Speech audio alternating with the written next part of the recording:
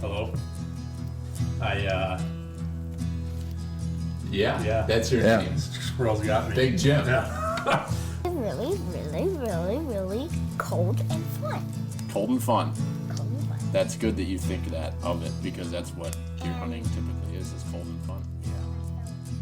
Yesterday morning, I'm glassing up on the pass, and I see these deer moving, and I'm like, ooh, there's some deer moving. All of a sudden, I just see this person just head down, just hauling ass, wearing shorts and a t-shirt with a pack on. And I'm like, is that Tard? My dad always talks about floating through the woods like the autumn breeze. So Robert's when you're the 275 pounds, I don't know how you do that, but the Freightliner. It's just like a creeper. You're just kind of up in the corner watching what's going on down there. Yeah. You know, he's like, he's up there slapping it, pissing all over everything. Is it warm yet? How did you know the name of the actor? I know. How did you say his name? Hervé Villechaize.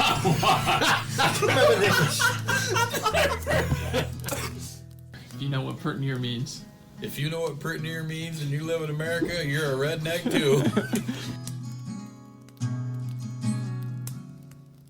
Welcome to the Log Talk Podcast, brought to you by Pert Near Outdoors. It's that time of year. It's that time of year where we all need to be thinking about, do we have everything we need to hit the woods? Chances are you don't, and if you think you do, you probably could use some more. So how about you go over to thehuntworks.com and check out all the incredible products these guys are carrying. This is a great family, local store. Dan and Steve Dunnigan, a couple hardworking sumbitches. They are now carrying archery equipment, everything from bows to arrows to broadheads, quivers, you name it. So on top of all the great tree stands and box blinds that they're carrying, they're now a full-on archery dealer, and really recommend that you check these guys out for your next big purchase. Head over to thehuntworks.com to see what they've got for sale, or if you're local in the Rochester area, head on over to their store in East Rochester on Dispatch Drive and check them out. They are on social media, The Huntworks, and also online, like I said. And if you purchase anything online, you can use promo code FEEDIN'Em to get 5% off. And that's FEED, FEEDIN, INUM, 5% off. Feed 'em. Hey, everybody, Big Willie. I thought you were running the intro. No, the intro I put on after we do this. I do that in an edit process. Oh, okay. Yeah. So, Big Willie here, Log Talk Podcast. It's more awkward if you just did it on there. If you just hit the buttons, then you just like roll into it. Are these planned interruptions? I'm on a roll here. You weren't rolling anywhere. You won't let me. Cheers. Cheers. And for anybody who doesn't know, we're cheering to episode 200. Like officially, I think there's been more than 200 because of all the the breeding radios we did. Yeah. Those like didn't count, but this is officially, we're going to write episode 200 on it. So cheers to that. So we have some fine whiskey we'll sip here tonight as we chat. And as you may have guessed, I'm with Billy. They actually started the podcast. Well, it's still my podcast. I'm on a hiatus. I know, and I'm covering for you. I'm your guest. So what I tell everybody when everyone's like, "Well, where's the podcast?" I'm like, "Well, Dad took my equipment, so I can't do it." Couldn't make one if you wanted to. It's a good excuse. That is a good excuse. Yeah. So I got some really good ideas on some additional podcasts going, upcoming, but I've been stalled here because I wanted you on for episode 200. It's kind of a landmark episode for us, and it's taken us 3 years to get there. When you first started, it's pretty good. Yeah, or 2.5, I think, 2.5 probably. Yeah, I mean, you figure one episode a week, and yeah.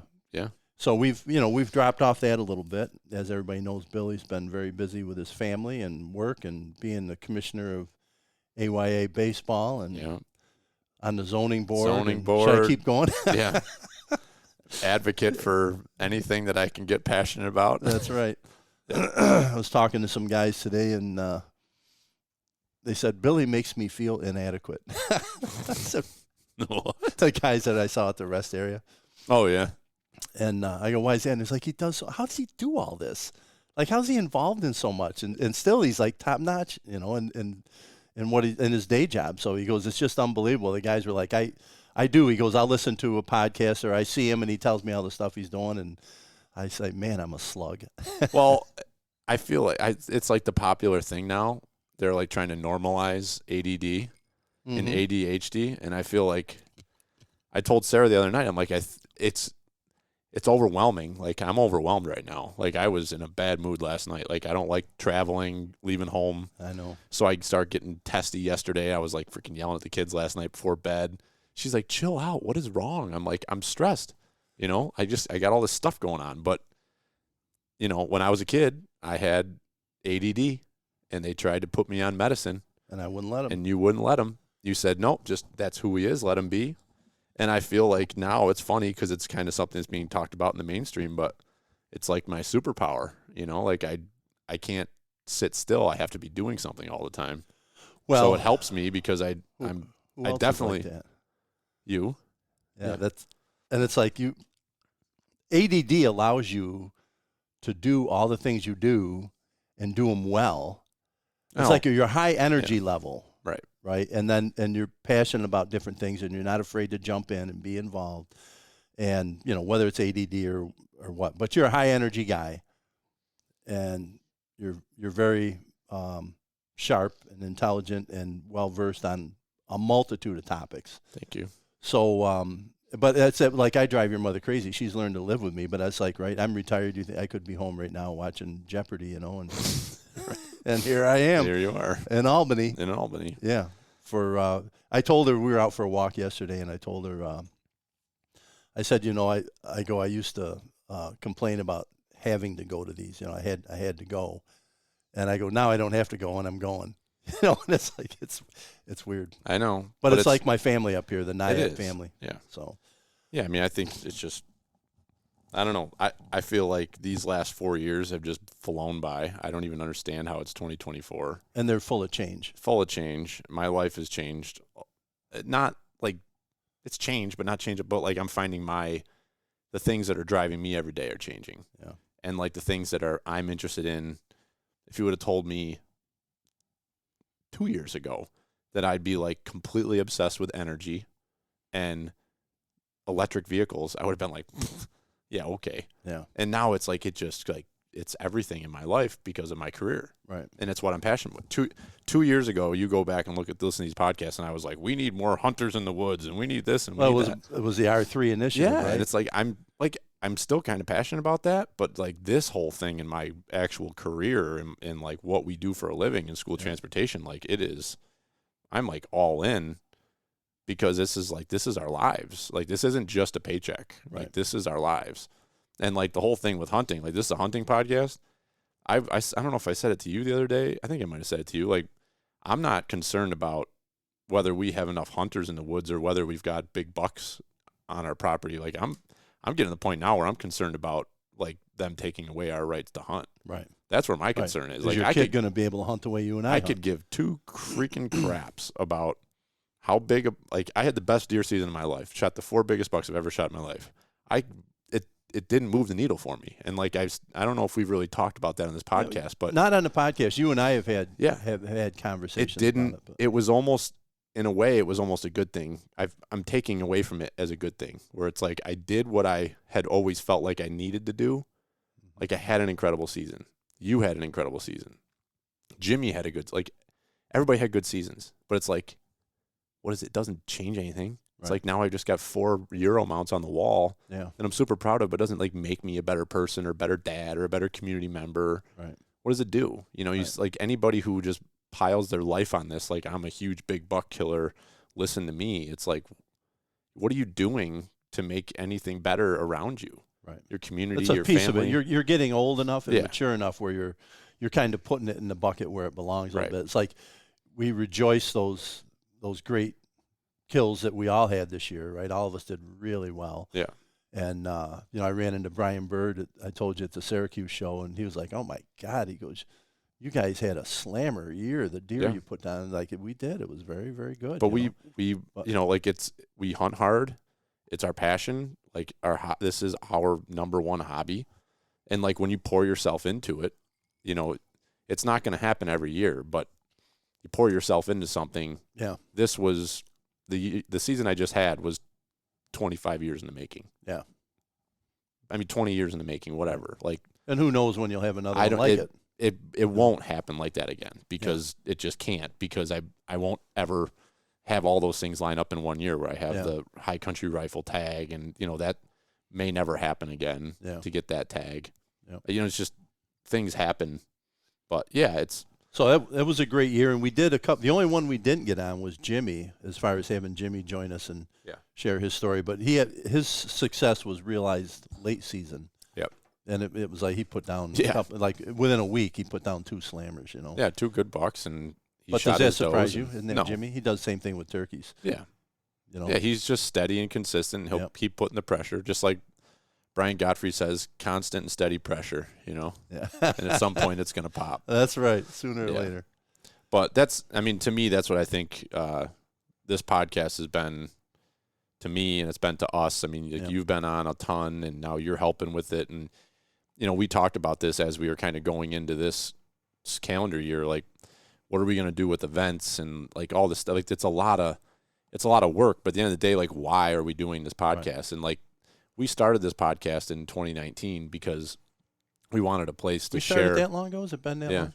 We wanted a place where we could share our outdoor adventures and not feel like it was just on our personal Facebook or Instagram pages. And, like, now it's funny, the only social media I even have on my phone is my Pert Near account. Yeah. I use Facebook to do all my youth baseball stuff. Yep. And Instagram, I haven't had a personal Instagram account logged in on my phone in almost 7 months since I got my new phone. Yeah. Like, it just, like, this is kind of keeping me around the social media piece, but it's like, it's the podcast is a culmination of everything that we've done over the last 5 years and all the people we've met, the things we've learned. Right. And I was going to bring that up. Like, I feel like the success I had this year, like, me as a hunter developing and, like, coming up with my tactics and how I'm going to approach things, so much of that came from people I interviewed, from people that I learned from. You learned so much. Yeah, like, I listened to a lot of podcasts, but I also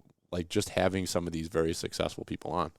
But you grow as a person, but you also, grow in your level of skill and proficiency. Yeah. As a whitetail hunter. And so the podcast is it's been a fun platform for us, and we're trying to keep it fun, right? Where we don't like drive ourselves nuts trying to get an episode out every single week, but we'll keep the episodes coming and sharing the different things we're doing, and which, by the way, I know, and maybe do you want to try and have Jimmy join us now? Jimmy's like I can call Jimmy. He's available. He sent a text that he's available okay. anytime. So we're gonna connect Jimmy in here with us, and because he's been an integral part of this, and he used to run the Breeding 'em radio during turkey season, which was awesome. Yeah, because he'd end up telling his stories the whole time.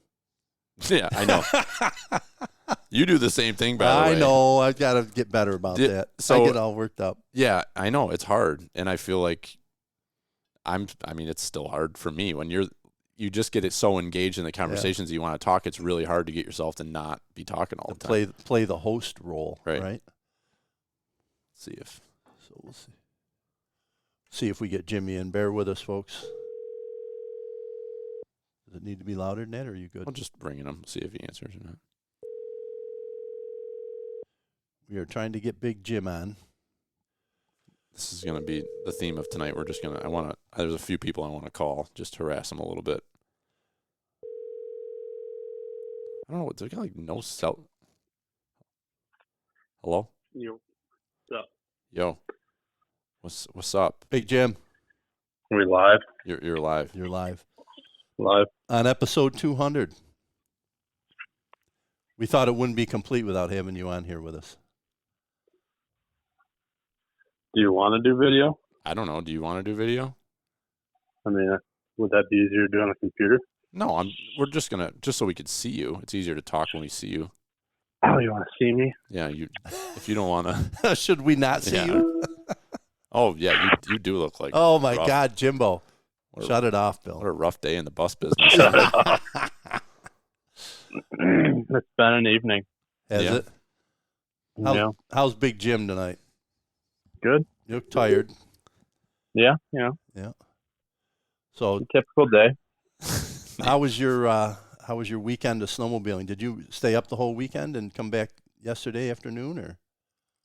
Yeah, we came back Monday afternoon or Monday night. We came back. Nice. Yeah, it was a good time. It was nice to have some snow finally. Yeah, were the trails good? Never left the property, but the trails on the property were good. Yeah, good. Well, that's good. Yeah, so his son is like about 3.5, and they got a couple. They bought two, but there's only one of Jay at this point. So Jay got to ride a snowmobile for the first time this weekend. Yeah. It was pretty fun hearing you tell me about that this morning. Yeah, it was funny. Did he follow you He around wants the to property? go, but he's not. What's that? Did he follow you around the property? No, we just made a little track in the yard for him to drive around on to try to learn how to drive it. Yeah. So it was fun, but it was also like 15 degrees, and he had to have like his big gloves on and stuff. And I think it was kind of hard for him to like have the steering wheel, Yeah. or the handlebars, run the throttle and steer. Yeah. So he'll grow into that. But we got in a fight at the end because he told me to stop helping him. So that turned into a wrestling match out in the middle of the yard, playing around. Who won that? Jay. Yeah. No, it was fun. It was. I was just showing him pictures because he wanted to see pictures at bedtime, and I was showing him pictures that we took of him throughout the weekend in the snow and snowmobiling, and he was smiling big. So yeah, it's awesome. Good for him. That's awesome. Made me think of that first Arctic I got you boys. Did you see that picture I sent? Oh, yeah. When did you send that was sweet. I responded on Facebook with you and Jimmy sitting on that Arctic El Tigre in the side yard. Yeah. Nobody commented about the guns laying on the ground next to it. I know. I showed your mother. I go, look at, that was the coolest toy shotgun. I think it was a double barrel, wasn't it? Yeah, it was those. They were Cabela's cap guns, weren't they? Yeah, they were. Didn't they like cock? Yeah. Or were they? Didn't the handle cock? Yeah. Yeah, well, yeah, you broke the action open like you'd put. Yeah, one of them was a double barrel, and you actually broke the action open and dropped the caps on. It was a really cool gun. But that's what first thing I saw, Jimmy, was the guns laying on the ground there, and then yeah, I had to laugh. Both dropped your rifles to hop on the sled. You're 5 years old.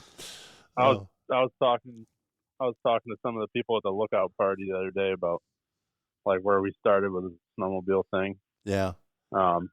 And I remember like we had to change the track on that old Arctic, and like the new track came with like steel cleats on it. Yeah. And I was like, "What is this?" Oh, did it not originally have those steel cleats on it?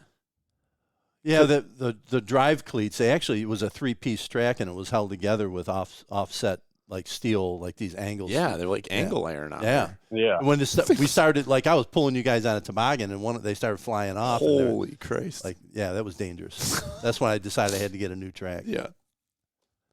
They were shooting out the back at you kids. Oh my God! But yeah, we had that one, and then we had that Yamaha Phaser. Yep. And then I bought that 03 from Rennie, the neighbor. Yep. Rennie. That's when I really started trail riding, and then I've had a 12, 13, 17, and 21 since. So yeah. Well, it's been a tough year for the snowmobilers. When I came up here to Albany today, it looked like there was some good snow there from Utica down into the beginning of the Mohawk Valley. So that was, hopefully they got snow. I know Rennie's up there this weekend with Michelle and her husband and kids for the school break. Like last weekend? Oh, nice. Well, he's up this whole week. They took the week off. Oh. We ran into Cody and Amy, and they were just coming back. They had taken last week off. Oh, nice. So, but they didn't. Obviously, it was pretty warm. They didn't have any good riding. Yeah, they didn't really have any snow. No. Well, hey, we wanted to get you on because wondering if we can get you to commit to covering the breeding radio series this year for. Yeah, we want to season. start doing it again. So could you do weekly updates, multiple podcasts for us? Yeah, let me get on that. That was fun when you did that, though. That was that was so much fun. We did that for deer too. It was like you talked to a couple people a week and got stories and yeah, dude, we were. That seems like a retired person's game now. It does. I know. I may have to try and. But pick up. Honest to God, it's like there was weeks there during deer season where we were putting out multiple episodes a week. 2-3 episodes a week. Like an hour and a half long episode, and then we'd have like another that was like a couple hunting stories. It's like, those were probably some of my favorites, was doing those. But I mean, I can just remember, we were basically recording. I would do the calls from the car, and Jimmy and I would just like call people using freeconferencecall.com. I had a phone number that I like. You get a free phone number, and you set up an online account, and you would call someone, and you give them that number to call into. So you call into it together, and you'd hit 9 to record, and it would record the call. Oh, is that how you were doing? Yeah, this? and then you go on to freeconferencecall.com, and you could download the audio of the call online when you got home. I did not know you did them that way. Yeah, it worked really well actually. I did them all through Zoom. I was actually like, doing it face to face with people and recording it and then sending it to you, and you were putting it together. Yeah, because I remember on the Zoom you used to you do them on Zoom and then record them and send them to Billy, and he'd stream them together. But, yeah, it seems like a long time ago. It was a lot of fun, but we were talking before we called you about how much life changed in 4 years or 3 years. Yeah, it's wild. When we started this, Jimmy didn't have any kids. I had Billy, but one kid was. Yeah, what's he matter really? He's not that. We didn't mess up with him at all. And yeah, I mean, then you have the second kid, and then you have like work just gets busy, and I feel like work has been. I don't know about you, Jim, but I feel like I haven't been. I feel like I'm maybe kind of ahead, but I know you've been. It feels like you probably can't get caught up. It's just no. Every time I feel like I'm getting somewhere, it falls back. But, once we're past some of the recall stuff, it'll be an even schedule again. But right. If I take time to get recalls done, then I get back up on my other stuff. There's always the phone calls where you got to drop stuff and run to fix something for DOT for the next day or whatever. Yeah. So, it's job security. Yeah. So episode 200, what are your thoughts? Looking back, do you have a favorite episode? Man, that's a good question. I'm sure there was some episodes back in the day where we got pretty silly on here. Oh yeah, there was. Pre-kid. Yeah. The one that was most embarrassing for me was the total archery challenge. That was embarrassing for you? Why was that embarrassing for you? Yeah, what how did that? Because you had overindulged bad. Allegedly. People are going, Jimmy, take control of your brother. I'm like, oh my God, I can't believe you recorded this. Those were, and that's one of the ones that came to my mind. My favorite podcasts have been, I guess there's different categories, but I have to say that my favorite podcasts to do were the ones where we were just like partying either around a fire or like that one at the Total Archery Challenge was hilarious. Like just freaking classic podcast, just. The other one was funny. Was the one we did at camp. Yeah, the Thanksgiving episodes were good too. Oh my God, that was funny. Yeah, there was stuff that was said that we had to edit out that about Uncle Should Mike never be and said, right. Yeah, it got a little crazy. Yeah, but on the fun side, the ones that are like some of your beers on the deck. Beers on the deck. Those are great. God. Yeah, those are always 5 good. hours of just. Yeah. And the other ones I really like was around the campfires in Colorado on your backcountry hunts. Yeah. Those are hilarious. You can hear the fire cracking in the background. Yeah. You guys sitting around. From it was the first year we did the podcast. So it was like one of the first 5 episodes. That was that we did one around the fire after Tard shot his bull. Yeah. And that's one of my All-time I have a lot of favorites. favorites, but that's that was like right in the beginning, like very rough. But I mean, I didn't know. I just had the Zoom recorder sitting there on the ground next to us while we were having a drink and eating elk backstrap around the fire. Like that was a really fun podcast. It's just great memories, and that's the beauty of all this. Like these things are all recorded. They're all there. Yeah. Like you can go back and listen to them whenever you want. What were some of your favorites, Jim? I think the Breeding Them radio series was fun just because it was like, you're talking to a lot of people that you probably never would have talked to. And there's also not like a lot in the podcast world of like just random quick hunting stories like that from people that, you wouldn't ever hear their story if you didn't like reach out for it. And it's kind of like, just camp talk. Yeah, exactly. You run into somebody and tell them your hunting story, like kind of a different thing than everybody else does out there. Yeah, I think I like those a lot. That was a lot of fun just listening And it was people that we saw on social media. Some of them we knew, some of them Yeah. we didn't, but most of them you knew. I mean, you did a lot of that with deer, and Jimmy did with deer, and he ran the turkey one that year. And that was a lot of fun. That during Turkey, Jim, when you did that, those are some of my favorites. I think we did a couple of years of that. Yeah. Yeah. It's actually But, yeah, those were fun. And then like I don't know, we did a couple of the muzzleloader camp ones up north. Those were fun. Oh yeah, yeah, Pretty much all of them were pretty good. But yeah. Good time. been a good time. Yep. And I think, like as we, I feel like it's part of the podcast, spinning it into doing some of these events. Like the events have been a riot. We had a couple of years in a row there where we were doing, we had The beer fest. the beer fest where we brewed a beer. Those and beer fests were unbelievable. yeah, What just a ton of fun. And that's, it's been, in meeting new friends and, several of the people that we've met, we've become good friends with, and now they come hunting with us and we go on trips, and it's just like, that's the fun part of this. Like, and you can't take that away. Like the podcast, we can get busy and life can get crazy, but it's like, you still got those core people like the Eric Redders and Jim DiAgostino, like the guys that we really kind of met because of the podcast. Right. And then now they're like in our circle, and they're going on trips with us, and they're going hunting, doing the holiday hunt where we all get together. Like you're part of the crew. Yeah. It's cool. Yeah, it is very cool. Yeah.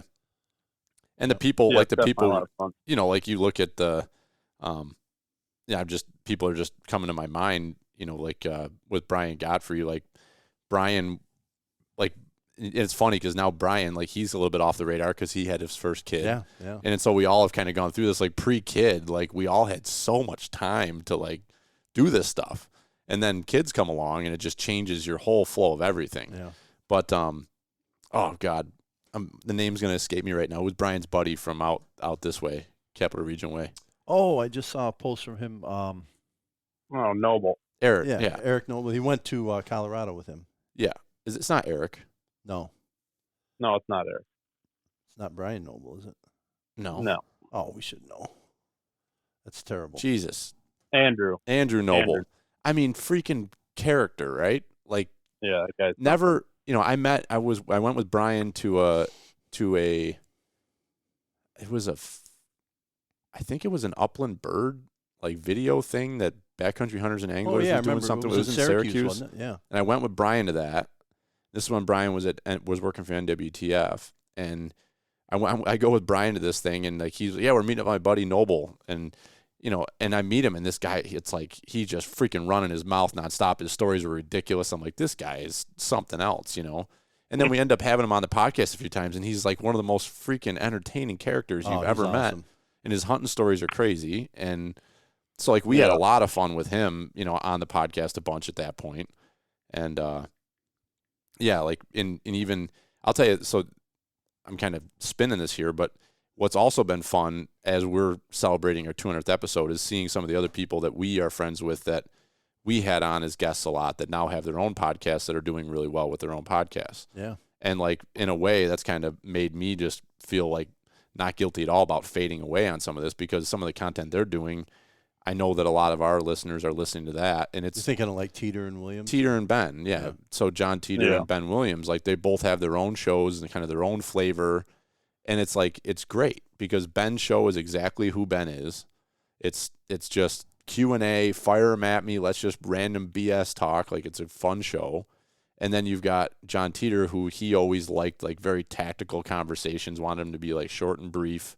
And like John's got his show now, and his show is one of the biggest habitat shows out there in the podcast space. So that's cool. Like John Teeter was on our podcast, and I think it was some of the first podcasts he ever did. He was pretty regular with us, and now he's been very, very successful with his show. So yeah, it's funny you talk about Teeter. I did that one Freedom Radio with him, and I was like, oh, it's be a quick, 20 minutes, half hour.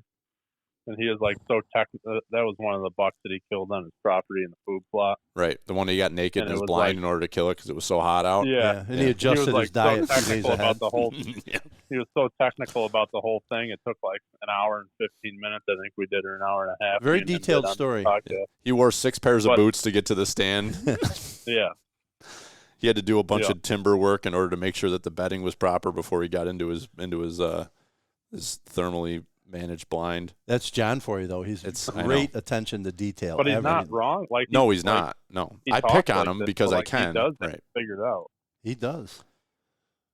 Yep. Yeah, it's funny because I find myself like what I'm listening to changing in the seasons. Like I'm listening pretty heavily to him right now because we're doing habitat work now, and that's something that's changed with me. There was a lot, when we started doing podcasts talking about habitat, we were kind of like dipping our toes in. Right. Now, like the last 3 years, I've just been like all out cutting and just doing like a lot of woods work, and it's a lot of fun I'm out there literally managing the woods while I'm listening to him with people that are experts on this talking about how to properly do it. It's really fun and topical stuff to listen to. John Teeter, maximize your hunt. I don't know what Ben Williams' podcast is. Well, he had to change the name. Yeah, remember? It was Whitetails and Whiskey, and he got like a cease and desist letter sent to him because some people out of state, out of Georgia or something, already had it trademarked or something. Like they were like going to like take him to court. Ben's like, dude, I just like Whitetails and Whiskey. Like, what are you? I wasn't trying to steal your name. So now I think it's a 100 proof whitetail, I think, which is a pretty cool name. So, yeah, he's doing good. He's doing some neat stuff with that. Yeah, I think he's broadcasting. It is available on like a regular podcast apps now, but you can watch him on Facebook. He does it live. Every Wednesday night. Yep, religiously. But he's got a kid coming, so I'm fully expecting, like, when you're a dad and you're in it, you're like seeing your friends getting into it. You're like, yeah, fucking ruin your life. Yeah. You wait. It's not the first one, though. No. The first one does change some things. When you're 2-on-1, it's manageable. Yeah. When it's 1-on-1, it's a different story. John Teeter got kids? Yeah, he's got a son and a daughter. Does he? They're older. They're a little older, though. Yeah, a little older, yeah. Yeah. Yeah, his son's, I think he said his son just turned 12. He said his son's death on everything in the woods right now. He's got his small game license. That is where you guys used to be. You just wanted to kill everything. Oh my God. Tweety birds, squirrels, chipmunks. I know. You guys would be out there with your video cam doing squirrel slam. Gargantuan squirrels 2010. Those videos, man. I mean, you can't share those because it's probably illegal, but shooting chippies as they're flipping in the with the high 8 Sony Handycam. Yeah, when Jimmy was like 9, he's shooting squirrels off the telephone wires in front of our house with a pellet pistol. Your mother was vacuuming up there, and she would, like, you hear all this noise in the vacuum cleaner, and then she'd stop and like these things would fall out. And one night she said to me, she goes, "They're on our dresser when we went to bed." I'm like, "What are you doing with the pellets?" She goes, "What?" I go, "These pellets." What? She goes, "What are those?" I go, "Those are ammo. That's ammo for Jimmy's pistol." And she goes, "I keep finding them on the floor by the window here." They're probably all over the roof across the house. Yeah. The street. Yeah, and then the neighbors there across the street, he was like, "Hey," he goes, I think it's cool that Jimmy likes to hunt and everything, but maybe he could stop shooting at my house." You'd hear the pellets hitting the roof. Yeah. But it came in handy. Do you remember that chipmunk, Jimmy, that was living under the Bilco doors? And I said, "Jimmy, I need you to kill this chipmunk." And you opened up that window and sat there with your pistol for hours waiting for him to come out. And he stepped out and whammo, bammo. American Wildlife Management right there. Big chipmunk down. Yeah. Yeah. It was bred right into me. But it's true, though. It's funny, the phases. And you guys are starting to, I don't know if you say you're coming out of the phase, but I mean, you can probably see it maybe a little more clearly. Yeah. The different, like. Yeah, I don't want to shoot a squirrel now because I'm not going to do anything with it. Yeah, I'm not going to eat it. Yeah, so I haven't thought about shooting a squirrel other than the fact they annoy me when I'm deer hunting. Do you still listen to hunting podcasts much, Jim, or not really?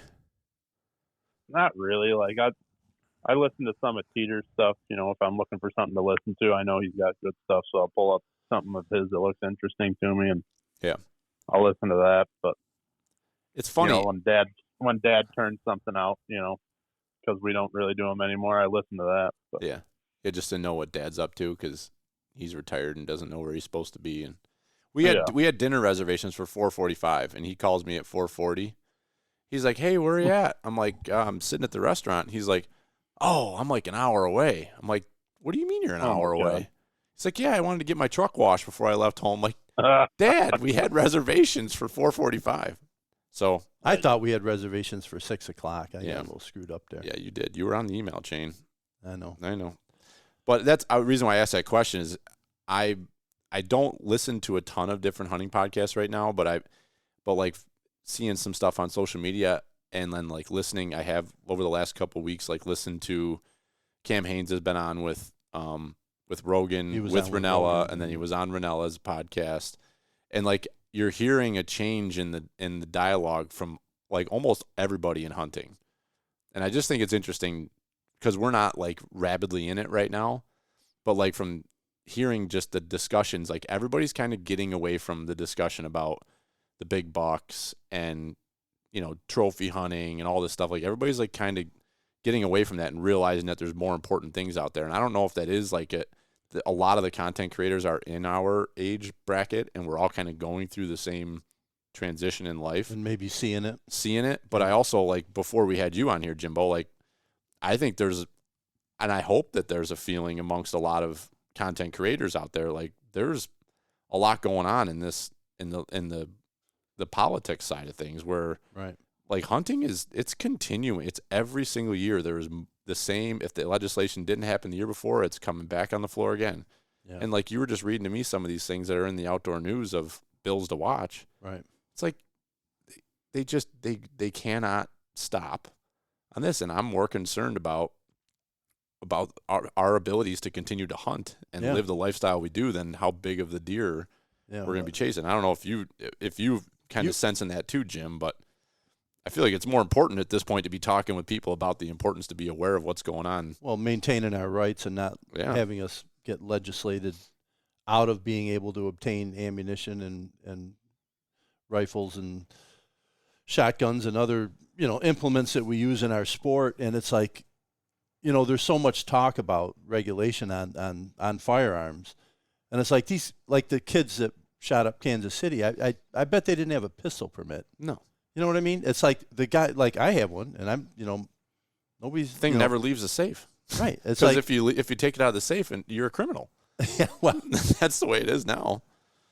But I think it's more important than ever. I'm at that stage of life where I look at our grandkids. I think of Jay and Dylan and Billy and Kate if she hunts. Like, are they going to have the same freedoms that I had or you had, right? And how is it going to be harder for them to do the things that are, you know, really our family traditions? And I think, like, I'll see guys out that I know are hunters, whether I'm at the Hunt Works or Big Al or somebody, but I'll ask him, I'm like, hey, you aware of this new legislation, this bill that I asked Uncle Mike, I saw him over the weekend, and he's like, get out of here. I go, I'm serious. I go, right now it's in the codes. Which one are you talking about? I'm talking about, I think it was Assembly 3855. It's a breakdown. Yeah, it says if passed, and there's also a companion bill in the Senate side, 5763, but if passed, it would add additional requirements for the purchase of a firearm, shotgun, or rifle, including, listen to this, making a person apply for a hunting license prior to the firearm purchase, taking a 5-hour gun safety course and exam, passing a shooting range test with 90% accuracy, providing notarized proof of a past drug test and mental health evaluation. So the bill was proposed last year and, you know, approved by the Assembly and the Senate and sent to codes, but it never made it out of codes. And this year it's been reintroduced. So what is codes? So there's several different steps to getting a bill passed. So it would go into codes, and I think they would look at it to determine perhaps, and I'm not an expert on this, but to determine perhaps what arena it belongs in. There's all sorts of different committees. If it's in the conservation committee, right. or and then it would be forwarded to a committee. If it comes out of codes and it feels like it has merit and it's doable and where it should go next for assessment, and then it would go to committee, and then comes out of committee, and then it would be, you know, it gets voted on both sides. So there's a process. But what scares me, just knowing it's out there, is you know, does the governor roll that into her budget? You see these different bills, legislation getting packed into the budget, and it's done on a deal, and wake up tomorrow morning and you can't buy ammo, or you got to have a psychiatric evaluation to get a new shotgun, you know? Yeah. That's wild to think about. I mean, there's also a bill that's been introduced that and I'm not going to quote details on it because it would get boring here, but in a nutshell, it would make it illegal for, like, firearms or ammunition distributors in Pennsylvania or Connecticut to sell ammunition or firearms. Like I think it mostly was focused around this ammunition because let's face it, a lot of guys you talk to go, yeah, I was down in PA and I grabbed a bunch of ammo, Right. and you know guys are doing that, right? And number one, it bypasses the system, which you know, hey, good for them, right? I'm not saying I wouldn't do it, but what really bothers me is it hurts the local dealership. gun dealer that we normally would have bought that from. Right. You know what I mean? Yeah. But they're talking Yeah, about what's that, Jim? they're definitely just making it super difficult to get your hands on anything. Yeah. So Yeah, I mean, if there's either one thing of for sure, have that's either one of pretty you obvious. have either one of you bought ammunition since the new? I haven't. I bought a bunch The ahead only of thing time. that I bought last year was muzzleloader bullets. Yeah, and they don't go through the check. They're not ammunition, Right. but the primers do. But I have not bought. So that was last fall-ish. I think that Yep. that new September, I think it kicked in. Yeah, I have not bought ammunition since then. No. I don't. Yeah, I don't. think it's been like 2 years since I went and actually tried to find and buy ammunition. Yeah, I don't target shoot. I don't do like I target shot when I went to Colorado. Yeah. Because I needed to make sure I was freaking dialed in for long range shots. But aside from that, I don't target shoot. I love shooting, but I don't target shoot because I don't want to use my ammunition because I can't. It's difficult to buy it. Yeah, I'm gonna have to at some point, but. So the point of my conversation was when I talk to outdoorsmen like us, they're not aware of this stuff at all. No. And the other thing, they pass a law that you can't have these like hunting contests for like coyotes. Yeah. But I still see Squirrels where they're having contests. Yeah, but it said right in there it'll be the last of its kind. Yeah. I think there must be a drop dead date or something. Yeah, exactly. So yeah, the date hasn't been reached yet. But if you don't start just to plug out to Dan Ladd here with the if you don't subscribe to the New York news, Outdoor you need News, to. Yeah. Let me tell you something. He did a beautiful job of breaking down the legislation. So anybody that's listening, if you don't belong to that, you should. It's like $25 a year for one paper a month. Yeah, and it's fantastic. It keeps you up to date on everything that's going on. Yeah. So kudos, Dan, and also I'll give Dan a plug because he's been on our podcast. Yeah. Well, you should get him on this spring. And he also has his own now. The New York Outdoor News has a podcast. I don't know if you're aware of that, Jim. No, is he still doing it? I haven't. Yeah, he's still doing it. Okay. Yeah, great job with it too. Very nice. Where do you listen to it? On the Apple. It's on Apple Podcasts. Yeah, okay. Yeah, that's where I get it. But so at any rate, it's like in our we all like what we're like. Al's out chasing coyotes, and Mike's making habitat in Naples, right? We're all doing what we do, but we're not watching this stuff. And that's what you got to belong to either the New York State Rifle and Pistol Association, or NRA's having a hard time, I guess. The stuff you see on the news. Yeah, but NRA's. I joined the New York. Is it the New York State Rifle Association or Firearms Association? A guy out of Victor. And I saw his stuff on social media, and they're sending out emails and pleas for money because they've started legal action against the governor suing for this ammunition. Yep. But then they wanted money to fight this bill, this Assembly 3855, and so I'm like, is this a hoax or is this real? I'd like to call him that Aaron Dorr and get him on and talk to him. Have you been following him, Jim, or do you belong to that? No, I haven't. So, but I mean, they're some pretty harsh, or I don't know if I want to say radical language. They're hard hitting. Well, they're hard hitting, but I think they have to be loud to get attention, and I'm sure that got my attention. Yeah, I'm sure that they're getting restricted in their.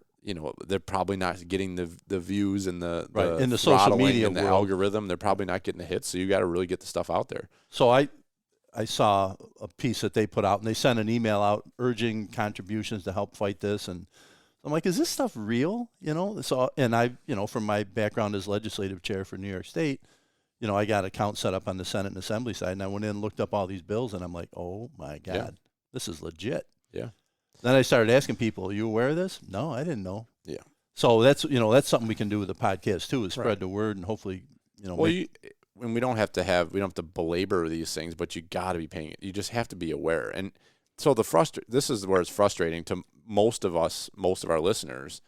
We are in upstate, and most of the upstate counties are Republican based, and our representatives in the state and in the state Senate and the Assembly they're Republicans, and they are vehemently against this stuff. Right, but they're so the you can minority. email them and you can share your opinions, and yes, we agree with you, but they're in the dramatic minority. Yeah.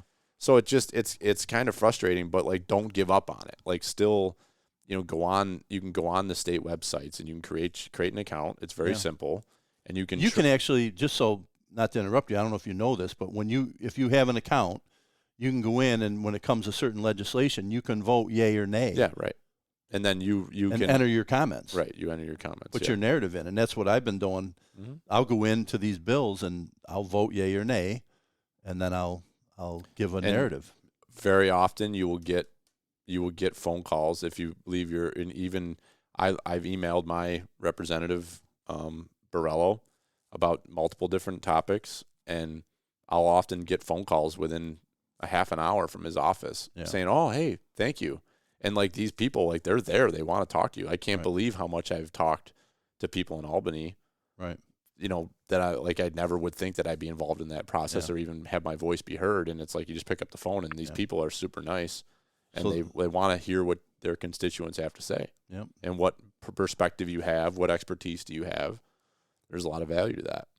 So that's our little public service our legislative update. Yeah, we should start doing that when we do a legislative update. How about Jimmy? Let's vote. Should we vote Dad in as our legislative chair of Pertinier Outdoors? Yeah, voted in. All right. Thank you. I appreciate the confidence. I think we're going to set up some committees. So what do you want to be the committee chair of, Jim? I don't know. What's a good one for me? Well, we would need a conservation committee. I feel like I should be in charge of conservation. Is there a killing committee? Yeah, we should have a more gentle word that wouldn't offend too many. Maybe a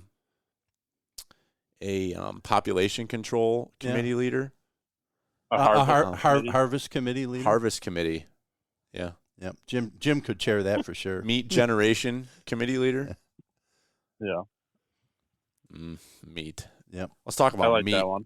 How about them hot dogs, huh? Oh, snack sticks, hot dogs. Oh, Jimmy, those snack sticks. I had the honey. No, was it honey barbecue? Yeah. They were very good. But then I had the jalapeno cheese snack sticks. Yeah. And it wasn't jalapenos and cheese. It was jalapeno cheese. Right. They were unbelievable. Unbelievable. Yeah, they're not hot, but they got a good flavor to them. Oh my God, they were great. And the hot I dogs. actually gave one to Jay the other day because I broke open a package of snack sticks and put it on the table up north. And Jay was like, "I want one of those," and I was like, "Oh God, that's the jalapeno ones." And I was like, "You know what? See what he thinks." And he ate it. And he said it was good. Nice. So clearly not too spicy. Not too hot. No, that's awesome. They did a really good job. Did you try the bologna yet? No, I'm gonna thaw that out next week. Yeah, that's good. Is it good? Yeah, it's really good. I knew I had to come up to Albany here for a couple of days, so I figured I'd thaw that out over the weekend and start having that for lunch next week. Are you cooking it or just eating it like on a sandwich? Honestly, I've just been eating it straight out of the package. Nice. Yeah, it's good. You're such a meat eater, yeah, Jim. Yeah. Well, it's funny with like all this meat now because like we have such a good variety. Like most of our customers hunt and are into deer meat and all that stuff. So, like Bolivar last week or the week before, whatever it was, I took down 2 different packages of sausage and a package of hot dogs, and they put on sides and chips and dip, and they fried up peppers and onions, and oh man, we had a big feast for lunch, and it was a riot. I'm hearing about this out on the road that your brother was down here, he brought us all this food, and so not only do the customers cook meals for him, but now he's bringing them food and they're cooking it and having meals together, and I show up and they're like, "What'd you bring for us?" I'm like, my good looks and my charm, I don't know. This guy, he's out there fixing their stuff. He's feeding them. Well, as chair of the Harvest Committee, he's got to manage the flow of this meat out to his customers. Sure. So what we'll do is we'll have, from time to time, we'll have a legislative update, and we'll have a harvest update on how the harvest is going, how the consumption of the harvest is going. Any of our favorite meat products that we're enjoying. So we'll give a plug to. So a customer of Jimmy and I's, Chad, out at Seneca Falls Central Schools, urged us to check out this place in Yates County it's in the town of Dundee, called Log City Meats, and I think it's an Amish operation, either Mennonites or Amish. Mennonites. Is it Mennonites? And they just unbelievable. The facility is just impeccable, It's clean. big too. I looked it up on the internet. Huge. It's a The big place facility. is huge, and the pricing's phenomenal. Like I took 30 pounds of meat on the button, and you get about double back because it's about half, I guess, on the hot dogs. But I got a bunch of hot dogs and a bunch of snack sticks, and it was $219. Yeah. All packaged, individually packaged, date it was packaged, what the type, like everything is freaking mint. I was very impressed. Unbelievable. Very impressed. Yeah. So anybody who's in that Finger Lakes region, if you're looking for a place to take your stuff, I mean, it was 2 weeks. 2 weeks it took. I shocked. Like, and Chad was telling me that, there's guys that hunt down around his parents' place that live up in like Hilton or something. At the end of season, they'll drive all the way to Log City Meats with all their stuff. That's got to be a 2-hour drive because it was almost an hour and 20 from my house. They go all the way down there with it, huh? Yeah. Well, it's interesting because we learn about these different places that make these meat products, and a lot of guys get, snack sticks and whatnot made. And, I've been a long time friend, even before Timmy Steele was doing it. Him and I, back in the day, we worked on a farm together, so we go way back. And he makes great products too, but it's fun sometimes to branch out and check out some of these other places. Yeah, I love his hot dogs. I still it's almost a different hot dog than the ones we got this year. They were fantastic. Yeah. But like the snack sticks from Log City are like different than Steele's too. Everything's just a little bit different. Yep. In the way that it's done. And I've always gotten stuff from Steele's and I really like that stuff too, but it was nice to try something different. The I got a small bag I was going to take out there, but I didn't realize you had to have the minimum, the 30-pound minimum. So I talked. They might not razz you with that at this time of year. Oh, okay. But during their busy season, it might be hard for them to keep things separate. Well, I talked to Al, and him and I think are going to take a run down there. We're going to combine a couple bags of meat and then split it up, Well, the other thing you could do is if you got old steaks and roasts that you need to use up. Which I do. Yeah, so, if you got a 12-pound bag, add up another whatever amount, 14 pounds or whatever, 16 pounds of other stuff to take down there. Yeah. So I plan to get down there, give it a try in March, Yeah. Yeah, they're good down there. Yeah, I'll have to check them out. I think jalapeno, believe it or not, your mother loved those snack sticks. Nice. Yeah, I was eating them and I put them back in the fridge, and she made some comment about, I might want to try one of them. I go, I like snack sticks. I'm like, since when? I didn't know you like snack sticks. So we did Sunday night. We went back up to the bonfire and cooked out the cheddar hot dogs and some andouille sausage over the campfire. Oh, nice. Oh, my God, those turned out great. The cheddar dogs are good, man. We had them the other night. They're delish. Billy was like, this is gross. There's cheese in there. And Jacob was over, AJ's son. And Jacob's like, oh, it's pretty good. And Billy just started chowing on it, and he just ate the whole thing. Did he really ate the whole thing? Sarah's like, don't say anything. Just like you Jay hasn't even been using a bun. He just eats the hot dog. Yeah. Yeah, Billy, the bun is just the vehicle to get the hot dog in his mouth. The bun doesn't get eaten. It just makes it easy to hang. I mean, he'll eat a whole hot dog, and when he's done, there's like a bun with one bite out of it. Yeah, it's like he uses it as a handle. Yeah, right. It's freaking kids, man. The sausage we did this year turned out really good, too. Yeah, did it?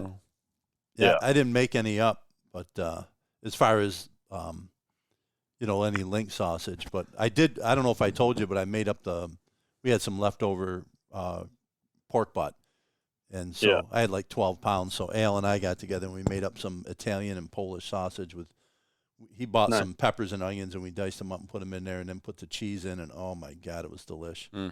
Very, very good. The Jim, listen to this shit. So dad brings me out because I need to still do my grind. Yeah. And well, you guys did the straight burger for me, and then I went and took 30-pound bag. So I've still got, I don't know, still got 65 or 70 pounds of meat to grind, 60 pounds maybe. Yeah. And so I asked Dad last Friday when they were coming out to watch the kids. I'm like, hey, bring the grinder if you could, and bring my seasonings. And he shows up and he's like, we're out of the seasonings are like gone. Yeah. I don't know where they are. I'm like, what do you mean they're gone? I paid for them. He's like, I looked everywhere. There's no seasonings left. And then, I have, Sarah's standing there. We're all getting home from the day. And I go, that's bullshit. I go, I paid for them and you didn't give them. And Sarah goes, you're going to seriously give your parents a hard time? No, you said you said you owe me for that You seasoning. owe me. Sarah's like, Billy, what are you saying? You think your parents owe you anything? You've spent $1,000 at Burger King over the last year. I know. I told Billy it would make more sense for me to hire a babysitter to watch the kids than to drive out there. Yeah, it would. Between what I spend on gas and then I take them to the store and I buy stuff. You've gone through 3 sets of breaks just driving Kate around Wyoming County. I told Billy I figured it was costing me around $600 or $700 a month to watch the kids. I said, shit, you find a local girl, I'll pay her. She can do it. It honestly might be costing you that much with fuel and everything else. Yeah. I kind of feel bad now. But the quality of time you're getting with the kids. I'm telling you what, I'd spend twice that to spend the time with him. That is not an issue. I'm just busting your chops. I know. I love every minute It doesn't of it. hurt me that bad. Yep. What do you think? You got anything else for us, Jim? I don't know. I mean, we didn't really talk about any of the deer I killed this year. Oh, it's not that important. Did you and I tie again? Or did We I also win? did not. Yeah, we never. I won. I won. Did you? Right? Yeah, I think you won. I won. You beat him by 1. Yeah, I beat you. How many did you kill? He doesn't remember. Not the PA one. Do not count that. No, one. the PA one doesn't count. Why not? I didn't count it because I didn't get any meat off Because him. the coyotes killed it. Well, that's harsh. That's pretty harsh, Jim. Yeah, like Mike Howlett said. Mike's like, how do you? Oh my God, That was so funny. Mike's like, there's a picture of me like. Yeah, he goes, how do you sit behind that smiling? We're all like, well, it's a good point, Michael. Like, oh, that's funny. Yeah. How do you sit behind that smiling? So how can you be smiling behind that? I think I shot. Well, Jimmy, while he's figuring that out, 7. we did mention before we called you, I made mention of the fact that, we never, we had a good time telling our hunting stories this year on the podcast. And, but we didn't get any of yours on there. And I was telling Billy it was really a heck of a thing there. It was I think they were all in late season that you put down 2 dandies in a matter of a week. 2-year-old killer. I am. I can't shake it. I'd be proud of that if I were you, Jim. Yeah, after the archery season, I kind of went on a rampage opening week and just shot every doe that I could. So that was fun. We had a good Thanksgiving hunt there. Yeah. Thanksgiving when father-in-law Jim shot his first buck ever, which was a freaking hammer. I shot the 2 does on that drive, and then I shot every shell I had in my gun at the buck that Jim ended up shooting. So that was a fun hunt. And then I shot the doe Monday night of opening week. That was my first deer of the year. So I got 3 deer that week, and then the end of season, made a couple of adjustments and really kind of found where they were hanging in late season after we had left them alone for a bit. And I was watching. I wounded one with my bow, and I'd been getting a lot of pictures of them. And I went in and did a saddle hunt in the back of the property, and he was amongst the first few deer out of the woods that night. But I was sitting there on my phone messing around because I forgot my rangefinder. And I was trying to use Onyx to tell how far away he was out in the field because I was thinking about taking a swing at him. And, I was sitting there after like a half an hour of watching him, and I look over to the corner and I see this buck with his nose up in a licking branch, and he turns and starts walking right out in front of me. And was one of those deals where I had my binoculars on him, and I'm like, yeah, I know who he is. Don't really want to shoot him. And then, like, the binoculars went back in my pocket, and without even having any other train of thought, I just picked my gun up and waited for him to walk in front of me and dropped him. So that was a nice 10-point. He had a broken G3. But that was a fun night because Dad was there hunting too. Went back and picked him up.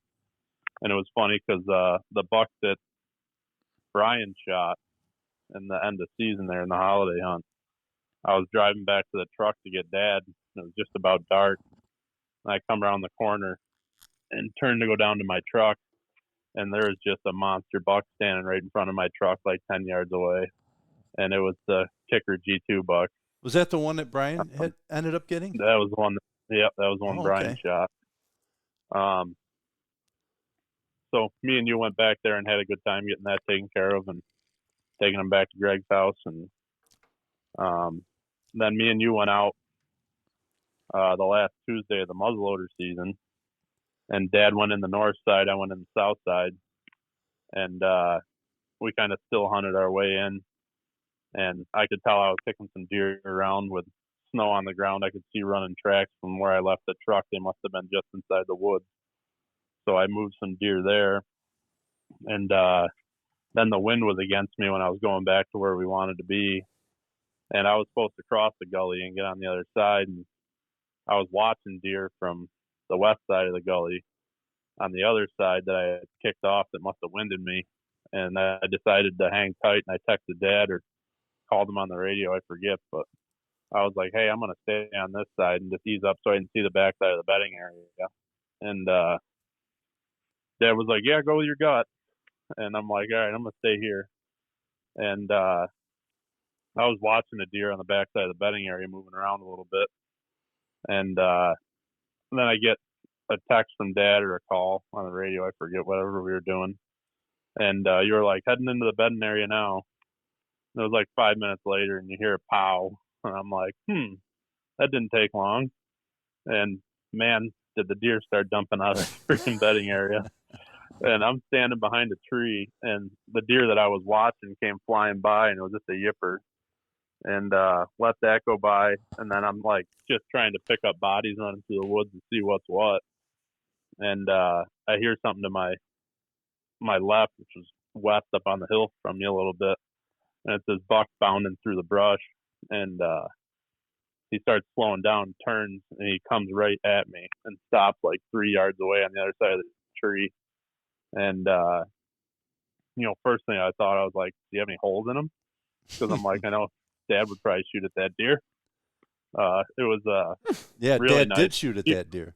He was probably an 8-point or a 10-point, but he had like everything snapped off except for his G2s and brow tines. That was fine with me. And we'd been watching him on the cameras, and I was like, man, be a really nice deer next year. And lo and behold, he runs up, stands 5 yards away, and 3 yards away, whatever it was. I felt like I could have reached out and touched him. It was kind of funny because he like stopped. He was breathing heavy, and then he like caught me out of the corner of his right eye, just leaning up against the tree. And I'm like, okay, I've never had a buck this close. And it's like 3 yards away, and he's like just locked. We're both like locked eyes, just like staring at each other.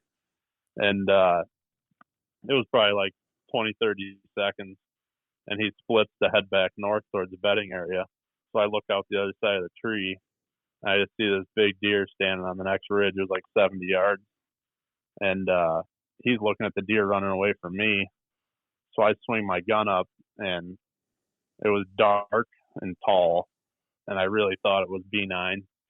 And it was just like one motion. The scope hit his rack, and the crosshairs landed on his shoulder, and the gun went off. And at that point, there was just deer everywhere. And he kind of ran towards me a little and then back uphill. And I thought it was him I saw running away with the group. I mean, there was 10, 15 deer heading back towards Dad. And I saw, a big buck in that group heading back north. And I could only see him for a minute.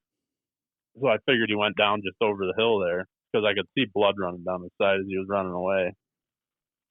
And then me and Dad talk on the radio, and I was like, I got a buck down. I'm like, I saw the blood. I'm pretty sure he's done. And Dad's like, yeah, I shot at one. I gotta go look. And I'm like, and Dad started explaining him. He's like, real white rack, but I think he was missing some tines. And I'm like, yeah, you can stop looking. He's fine. But Jimmy, you talked about the deer running. Like when I shot, there was deer running literally everywhere. I could not count them. Yeah. My head was like spinning. It was just like deer. There's deer running. You didn't know they were there. Well, no, because they were in that thick stuff down in that bedding, and I was kind of coming over the top. Like by the planted so trees picture there? this: I shoot. They all run kind of to the north or the southwest, generally southwest west. Then I'm like sneaking along, trying to get to the spot where I shot to see if I got any hair or blood. And then Jimmy shoots, and the same thing happens. There's deer running everywhere, and I'm like, where the hell those deer come from? But I mean, literally, like you said, Jim, there had to be 10, 15, 20 deer running. I saw more deer in a couple hours than I'd seen all season. It's not a big area. No, it's very small. Crazy. But that was like a real cold day with a little bit of wind out of the west. Oh, that was brutal that day. Like when you get that weather, that was the same kind of situation as last year on opening Monday when me and you went in there. Yeah. And you cleaned house. You stopped me. I could have kept going. I know, because I wanted to join in the fun too. But, that cold weather with that north-south gully and that bedding area up on the west side, they really tucked into there on that cold west wind. Yeah, it's like a thermal hub down there. Yeah, so I was on the phone with Billy after shooting that buck, and I found it wasn't the buck that I saw running away, because I went up to track him, and he was not 35 yards from where I shot him, but I never saw him go down. He just, when he took off running, the smoke cleared. I saw him. There were so many other deer, and I saw the horns running away, so I thought that was him. But when I went and started tracking, he just kind of ran towards me a little bit and then curled back and piled into a treetop. So I found him quick and told Dad to, look at my spot on the radio and come over. And I was on the phone with Billy, and Dad gets there, and we're high-fiving and hugging, and we're standing there, and Dad's got his gun in one arm and his phone in the other. And I'm looking over Dad's shoulder after I got off the phone with Billy, and I'm like, don't move, there's deer right behind you. And this deer walks right up. So I grabbed Dad's glove and his phone out of his hand. And I'm like, Dad gets his hand on his gun and gets ready. And I'm like, don't move. And went behind a tree. I'm like, now. And he swings, and that deer stepped out, and Dad dumped it right in his track. No kidding. I didn't know that. Yeah, it was hysterical. It was funny because Jimmy's like, he goes, the deer had to have known you were there, no? No, it was coming back in. The wind was in at its back, and it was coming back to bedding. Oh, my God. So Jimmy's like, Dad, he goes, I'm going to take your phone and your glove out of your right hand. So he did, and he goes, now get hold of your gun. And I got two hands on the gun. Were you standing by was it side by side? Wasn't there, right? No, you were just standing in the woods. standing in the woods. Okay. Yeah. Then this Jimmy was literally like 2 minutes, not even a minute after I got off the phone. Yeah. Oh, my God. So Jimmy's like, when I tell you, turn and shoot. Standing there with the gun. He's like, now. I turn and bring the gun up in the crosshairs. This deer steps out. Pow! Dropped it right in his tracks.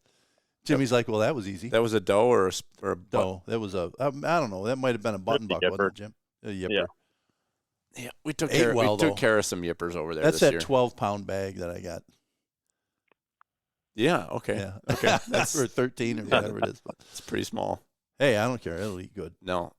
We need to do. We're working I'll on tell you, there harvest management over there, aren't we? There Jim? is something too. I've been working on for whatever reason, at the top of the pile has been my buck from opening day, a gun that I shot up on the hill, and that deer's tough, man. His meat is tough. Yeah. The meat is dark. It is like, it's not. It's just different. It's that he eats browse. He eats mash crop. That meat is just. And I think that was an old deer. Like, I shouldn't say, when I say old, I think he was probably a 3.5, 4-year-old, maybe even 5. Right. Beautiful. Like, I look at his rack, he's a freaking stud of a buck. Yeah. And like that meat is tough. But he's a true mountain buck. There's no ag around there. No. And then we go pull it. I go pull some backstraps out from a doe I shot, and it's like you just like butter through it. Yep. And it's like I want it. I got to come up with cook the rest of his meat. I got to come up with some recipes that are gonna. Yeah, I got the marinade for you. You were telling me about that. Yeah. Crock pot. Yeah. It needs time. Slow cooking. So that buck that my father-in-law Jim shot there. That buck was incredible. So when I gutted that deer, it was like I had gutted those 2 does with you, and they took me like 4 or 5 minutes, easy gut jobs. I went to gut that deer, and it was like the first deer I'd ever gutted. Like the whole thing just gutted hard. And I was like, in my head, I'm like, if the rest of the deer is that tough, probably not going to be great eating. So that's actually, I think we had like a 36-pound bag of burger out of that. Yeah, we did. And that's the one that I took over to Log City because I figured you're not going to notice the difference in that fine of food. No. Right. Hey, what did that deer score that he shot, that Jim shot? We never scored it. God. Did he get the rack back? No, Cliff's got it. Well, where's Cliff's is he doing his taxidermy at his over new at the place? new shop? Yeah. Yeah, he moved, right, Jim? Yeah. Yep. So I wonder, like, I mean that was a big buck that Jim shot. Was that I don't know. I mean, what do you guys think? Was that a 140-inch deer? I bet he's 135, 130. Yeah, I mean, he was all of 135, 140 probably. Yeah. And what a heck of a deer for his first buck. What's weird to me is it seems like, I don't know if it's like a population thing or something over there, but it doesn't seem like the bucks get much more than like the biggest buck probably is 150 inches over there. There's too many deer. I think there's too many deer. I think they max out at like 140, 150. Yeah. I think we need to take out some more of those 2.5s. No, we need to take out some more of them yippers and 2.5s. Yeah. That's what needs to be made. Well, if you look at like the last handful of years that we've really been like holding off on stuff and like shooting does and nicer bucks. I mean, it's flipping quick. Oh, it is. You're getting like bigger deer every year easily. Yeah. But it's also like I feel like the bucks can't get much bigger than they are. Like there's always slobs there, but they're 140s, 150s. They're not. You don't see a 170 inch over there. Right. And it's not because you're not letting them grow. I mean, them deer are getting that old. They should be getting that big. But. Right. Yeah. Exactly. Hey, I want to get Jim D on here. Yeah. Do you want to stay on or do you want to go? I don't care. Let me see. I'm going to take you off video and see if I can add a call. All right. So we're going to try and get Jimmy D. PA Jim. It's like a third son to me. How do I do this? How do I stop FaceTime? End FaceTime. Oh, is Jimmy gone? Are you there, Jim? He gone.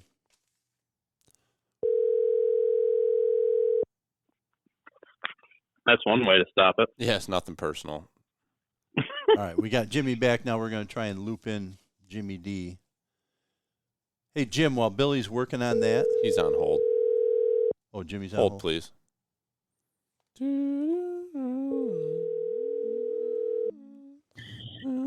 Bill Harvey. Oh, Ed, is this PA Jim? Yes, it is. Welcome to, wait, I got to get, hold on. I had to merge. We got PA Jim and Big Jim on the horn. Welcome to episode 200 of the Pertinent Outdoors podcast. What's up, boys? How you doing, Jimmy D? Yeah, Jim. The episode wouldn't be complete without having you on, Jim. I appreciate that, Big Willie. How you been? Good. I mean, that's awkward. I mean, I thought he was your new son. You guys haven't been talking, or what's we've the been deal? talking. I was just texting with him last week. Okay. Yeah, because he texts Jimmy D like he's his own son, and wrong phone number.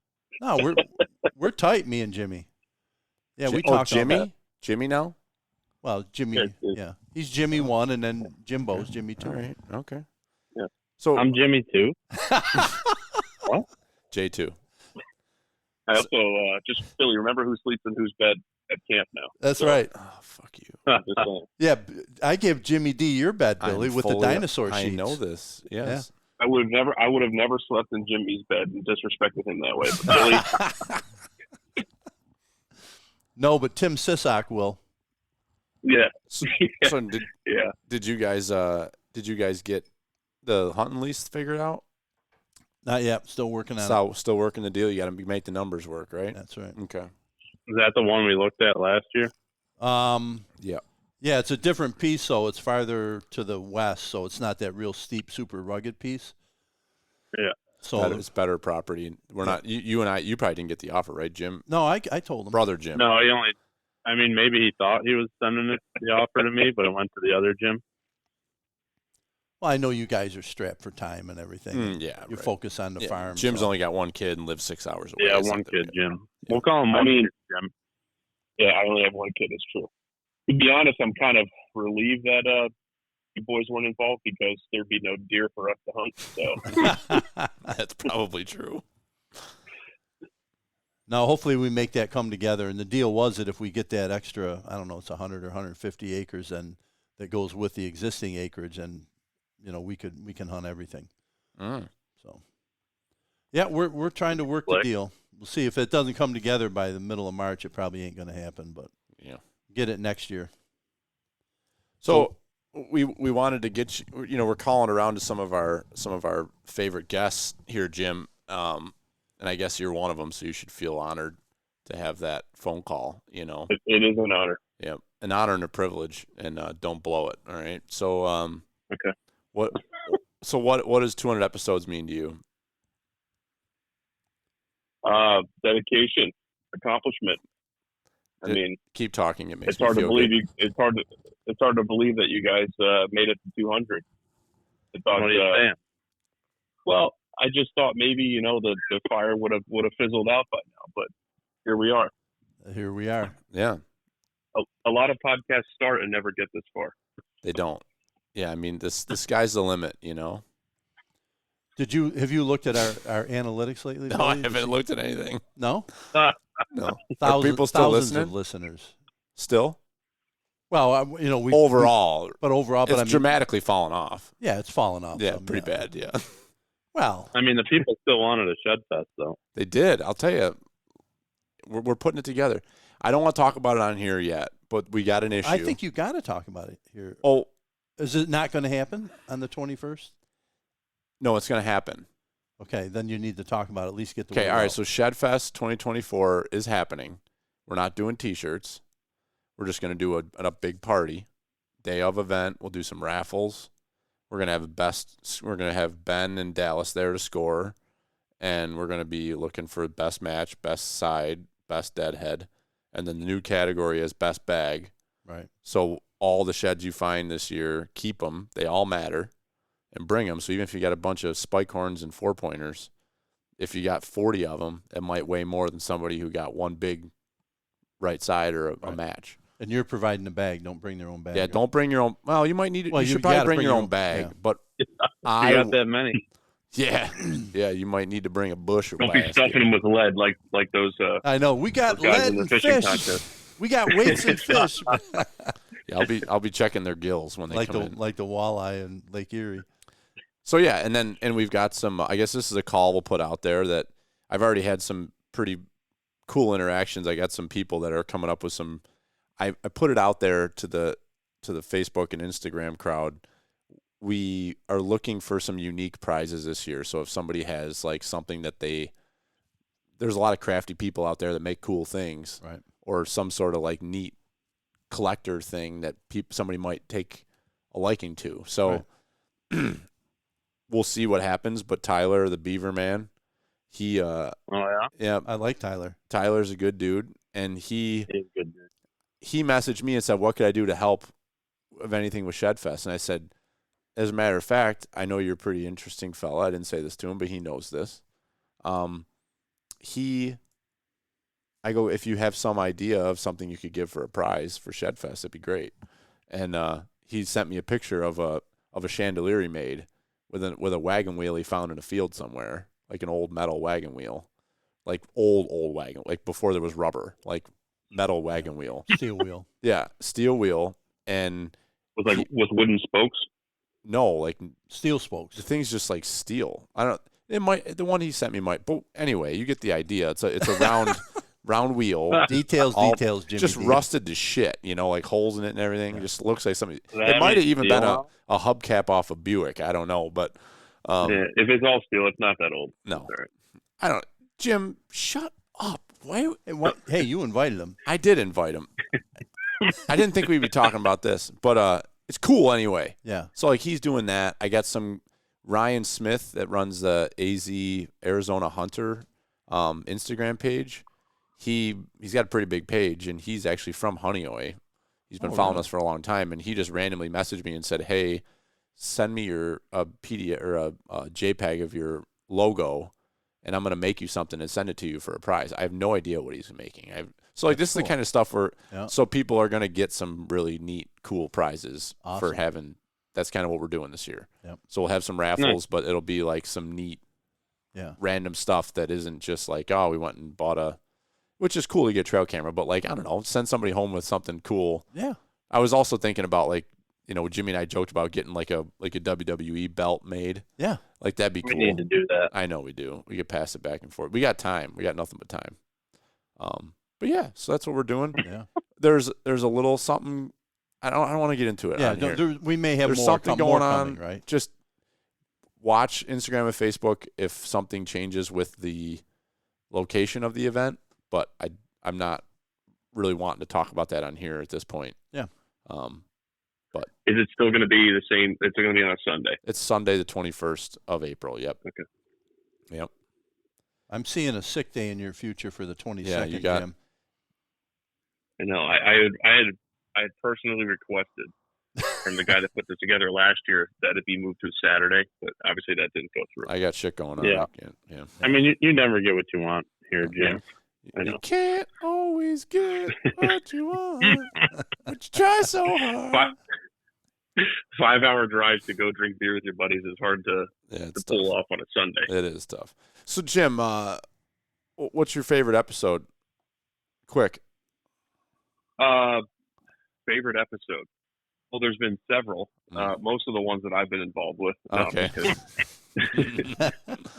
My favorite are always the ones you guys do during the rut.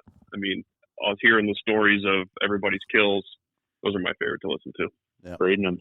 I thought you were going to say the one that you and I did. You and Tim and I with the big buck that I killed.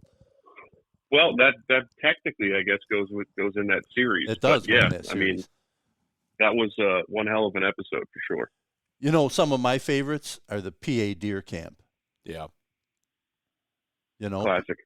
Yeah, they are classic, and there's like everybody there. Like there's so much energy and passion in that room. Like we've been doing the podcast on the last day of the hunt, and everybody like hunts their ass off. Yeah. And this year, kudos to you, Jim, because you didn't hunt your ass tag. off.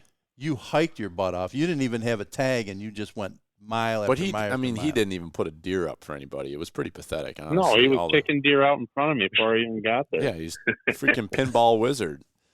Hey, you can never make everybody happy. Oh, you worked hard, Jim, and I appreciate it. You know that. I could have easily stayed home, but we're a team out there. So that's right. I look at all in the field. But those are some of my. I love the PA deer camp. Yeah, getting back to camp and everybody jumping on and trying to explain people that don't do those types of hunts, like the camaraderie alone, is it just doesn't do it justice. You have to experience it. But I think the podcast does a good job of at least portraying it to the best we can. Yep, I agree. Hey, Jim. Yes, sir. You want to share with the audience your experience of hunting Little Iowa for the first time?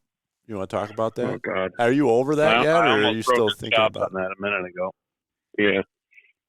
Well, Little Iowa is exactly the way everybody describes. I mean, it's unbelievable. You guys should charge people to hunt there if they're a newcomer.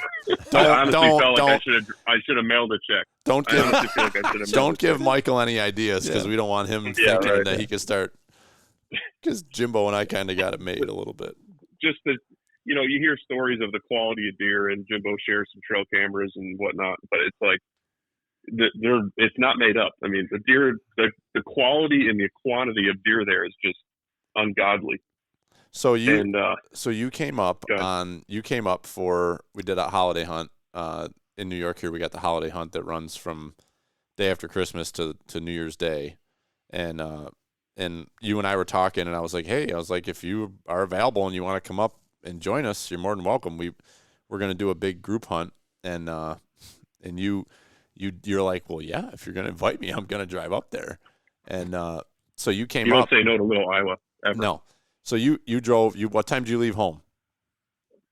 Like 3 o'clock in the morning. Yeah, something like that. Met us there. It was pouring rain that day. Pouring rain, like 45 degrees maybe. It was pretty warm. It was like unseasonably warm. Pouring rain, and so we had 11 or 12 guys well, Jimmy was sick, and so was Greg, which sucked because it's two of us that I know 2 guys that hunt there all the time got sick. And we're gonna come in there with the biggest group of guys we've had in like years ever hunting there, doing like a super coordinated drive that should definitely produce a bunch of deer. Yeah, should have came out there with a truckloads. Jesus. And so, I put Jim D in a really good spot in one of Jimmy's portables, and I think I actually put him there, didn't I? Yeah, you did on when we were doing the design of the hunt, drawing it up. You did, because you were supposed to be a walker because you didn't have a buck tag left, Jim. Yeah. So you were going to be a walker with me because you know the woods too. And I appreciate that, Jimbo. It was a hell of a spot. It wasn't the safest tree stand I've ever climbed into. If I could just say that. Most of Jimmy's sets are. Well, there's like six different types of steps all put together. The lineman in the group put that stand up. Oh, that was Greg. Yeah. Yeah, he obviously has no fear of heights. I've Zero. been in some. No. Yeah. None.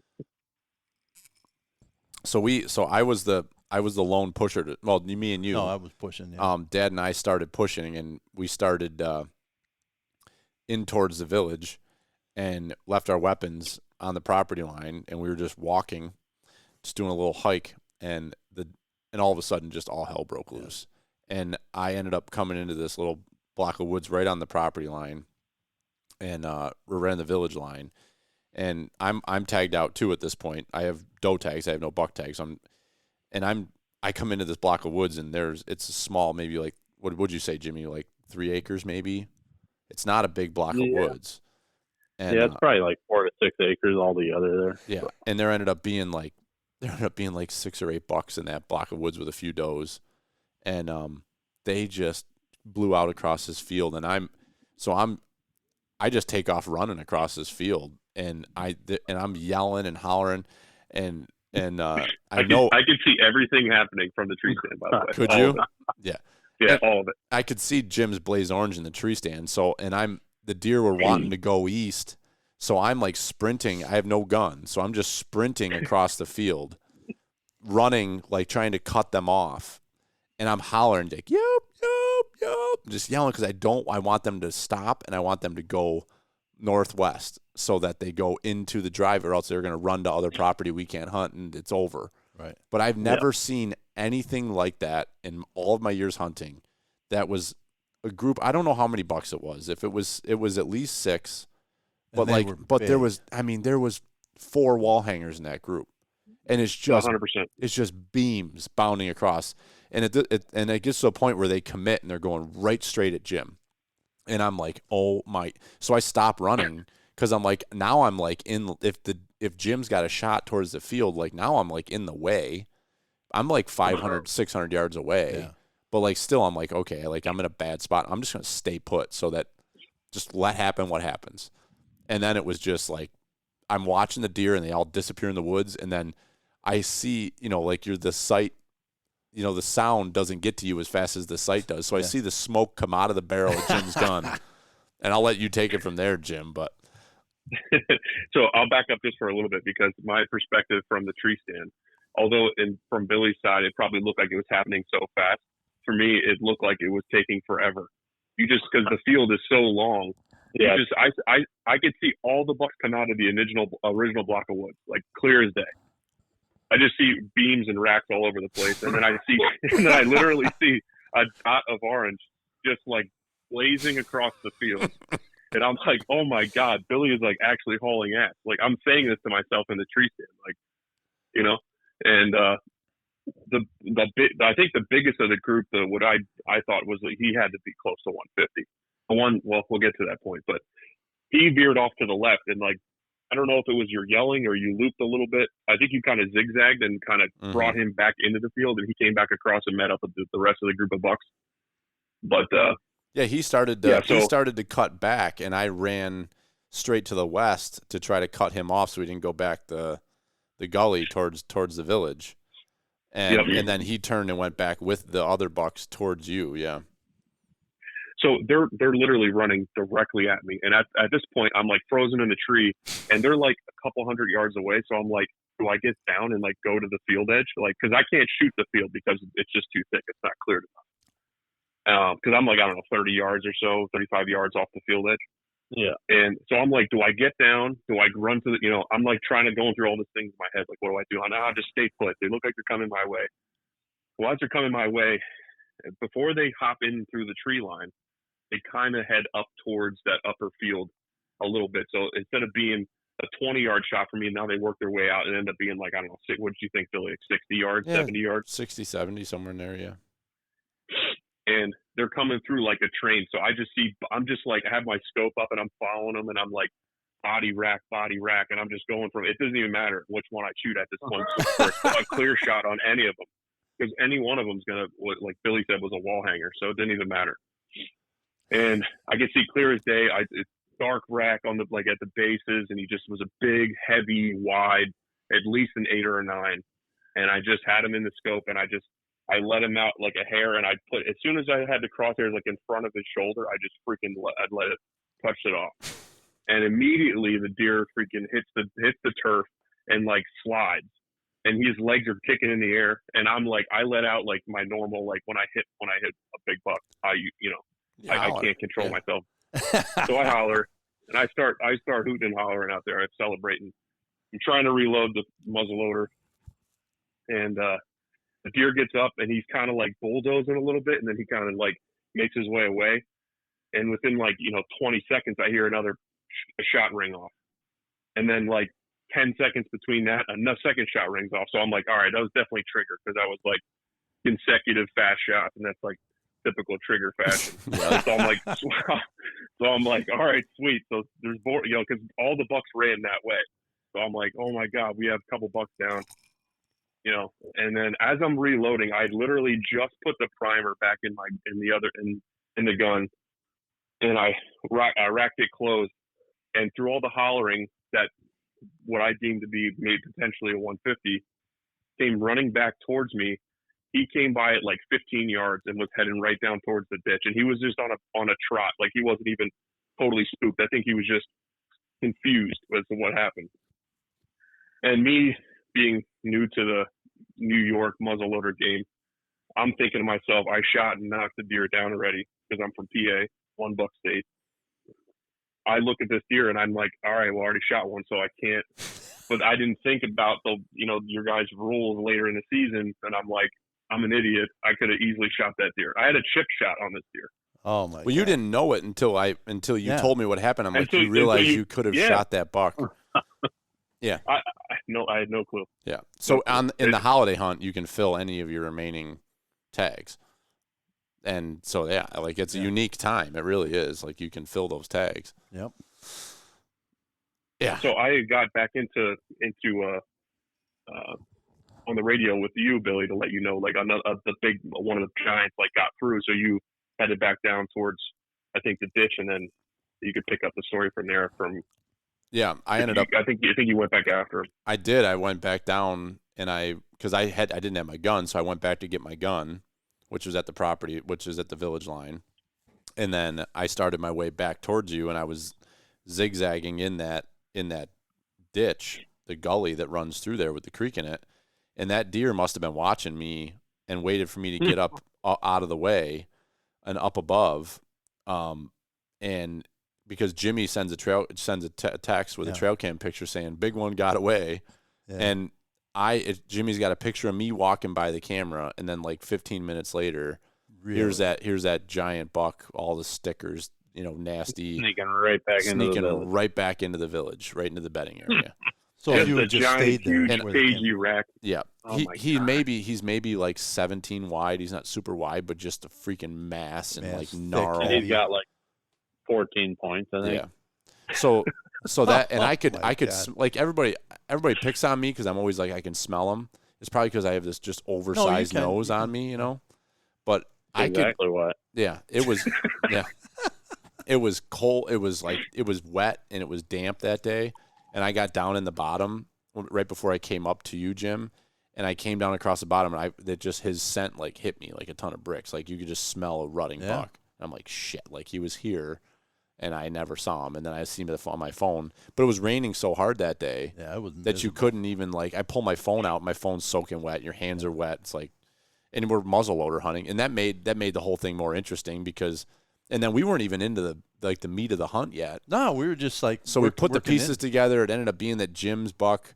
He hit him hard, obviously, and dropped him. But we figure it was a leg hit, and it stunned him, and he dropped. Yeah. And then Brian so they ended up tracking deer, and they ended up finding the buck that Brian shot.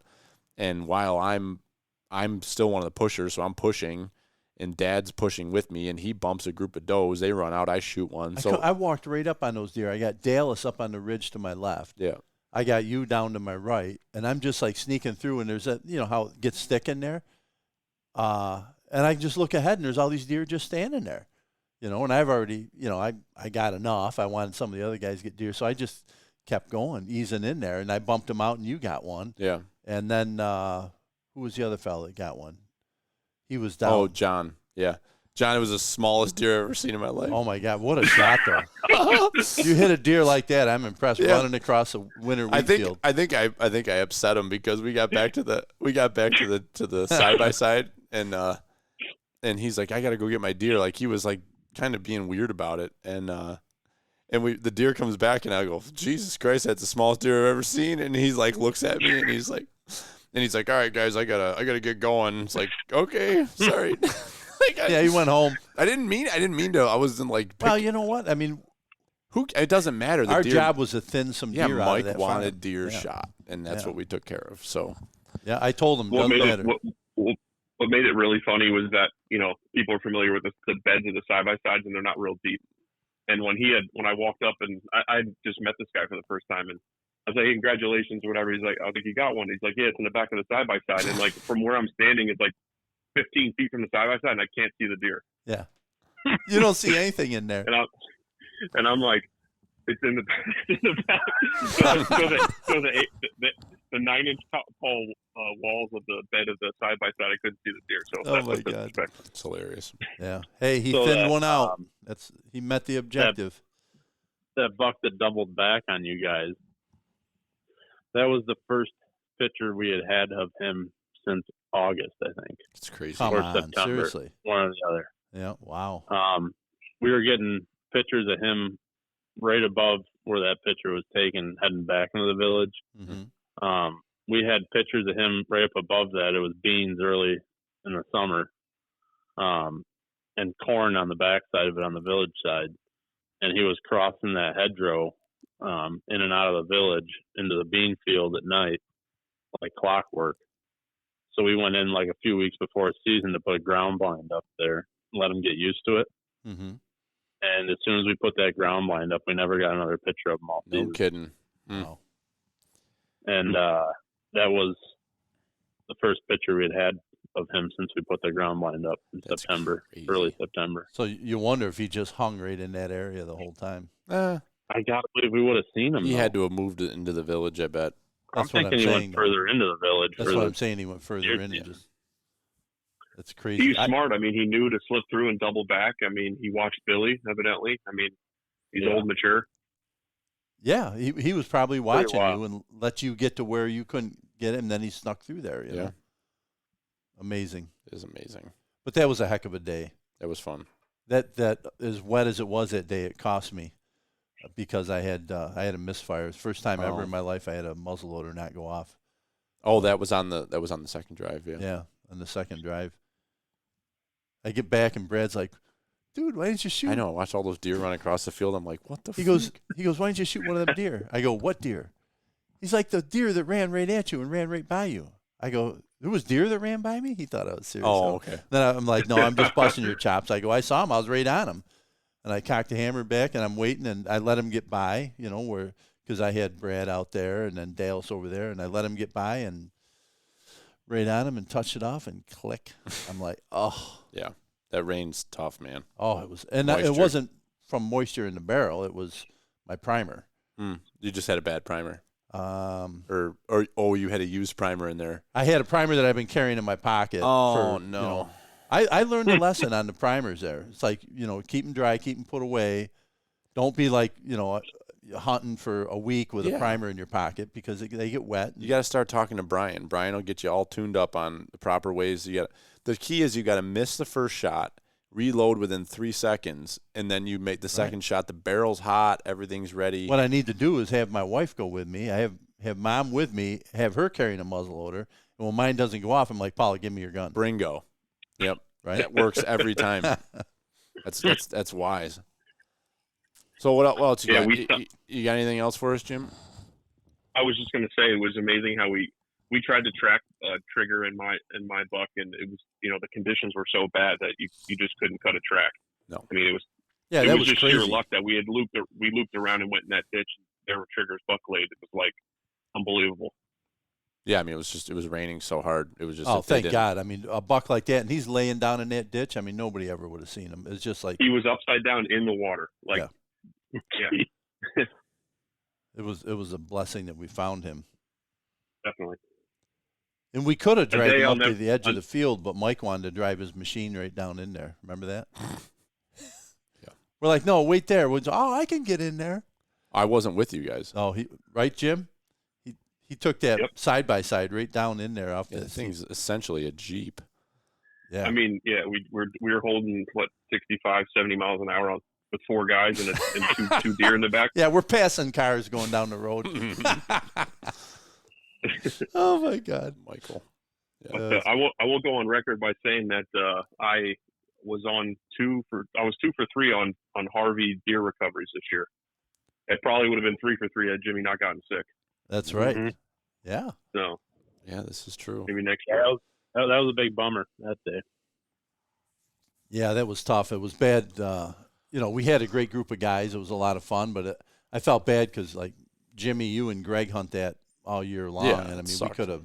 It just sucks that you couldn't be out there with us, Yeah, that one stunk. Next year. Yeah. I hope I still get invited back to Little Iowa despite the, not non-recovery of that deer. Hopefully that deer made it. That one ate me up for a while, but I think we're over it at this point. You got to just move along. The deer moved on. The deer moved on. You should move on. I know, but when you get invited to a farm like that, it's like, God. Well, that is a tough one, Jim. That's the kicker. Like I've hunted there for 10 years, 12 years, and never had anything like that happen to me. It's like you've been in on the property for 45 minutes, and you have a gaggle of freaking hammer bucks, trophy bucks go by. I literally had an opportunity of potentially shooting one of my biggest bucks ever within, like you said, 30 minutes of being at this place. It would have been unbelievable. It would have been a hell of a phone call to call my wife. Be like, honey, I just got here. By the way, I shot my biggest buck ever. We came very close to that, Jim. I'm gonna be calling a real estate agent when I get off this phone call to see if we can buy a house in the county. Yeah, it's crazy. I'm telling you. Well, we'll get you back up here again next year, and I was thinking we'll have to do another archery hunt together too if you're available. Come up and stay at the camp again. Oh, most definitely. Yeah, I appreciate it. I appreciate the invites to the hunts and stuff. You guys certainly don't have to do that, and hopefully we have a lot more to do together in the future. I sure hope so. Sure. Just play your cards right. All right, Jim, just stay out of my bed. I'm going to put acorns in there. Squirrels will get in it. I'm remodeling that bedroom for Jim. And Is that why you're doing it? I was wondering why you're so motivated. Well, I know if he comes back next year, I would just want it to be nicer. Yeah, I'm thinking about building vaulting. us a nice guest house at the bottom of the hill. Yeah, I'm vaulting the ceiling in there. Too, and you text Jim D too and ask him for help. No, I don't want to bother him. He's got a lot going on. Right. Yeah. Tim doesn't have kids. I'm sure he'd come up for a weekend and help you put that beam in. Yeah, he probably would. Yep. Listen, if you give me a couple of days notice, I can make it happen. Now, I'll send you some pictures, Jim, of what I got going on there. Okay.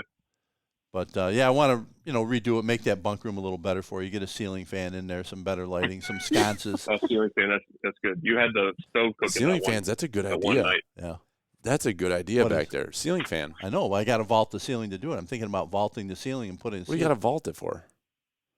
Because so the fan don't whack me in the head. We don't have to raise the roof to vault it, do we? No. Well, with the wavy floor, you might accidentally. Oh, hit it your could. head on it. Yeah, because it's like 3 I'm inches. putting a new floor in too, Jim. Are you gonna? Vaulted ceilings are a great way to circulate heat too. By the way. Yeah. So I think it's a good idea. That's why I thought I would vault the ceiling, put a little ceiling fan up there, put some recessed can lighting in. Cans. Well, not cans, but the new LED. No, I know what you're talking about. I've seen them. Yeah. So yeah, I got big plans.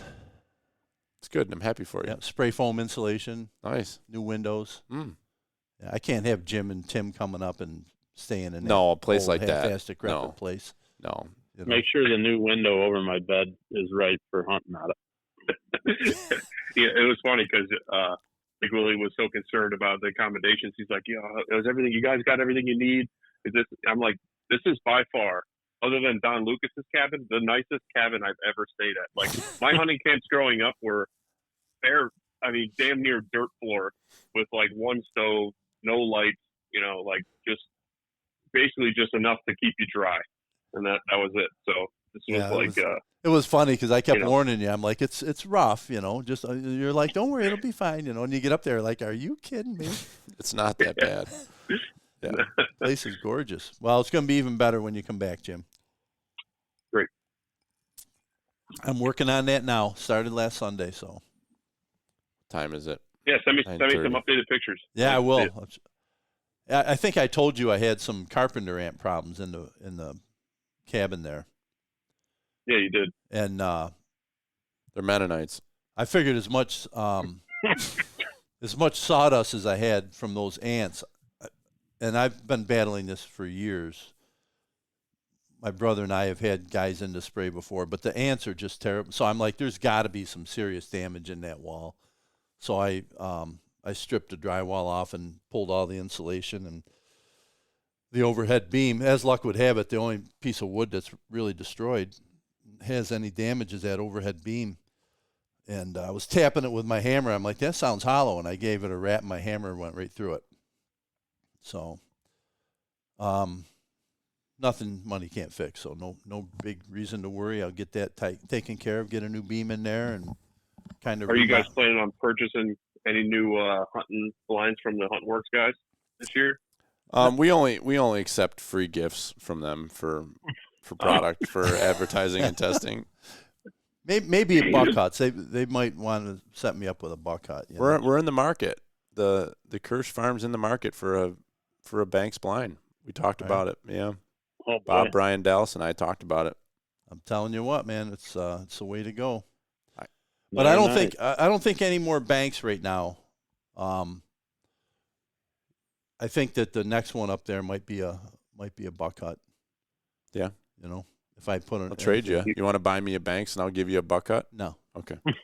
hey, we gotta add Brother Dallas on here.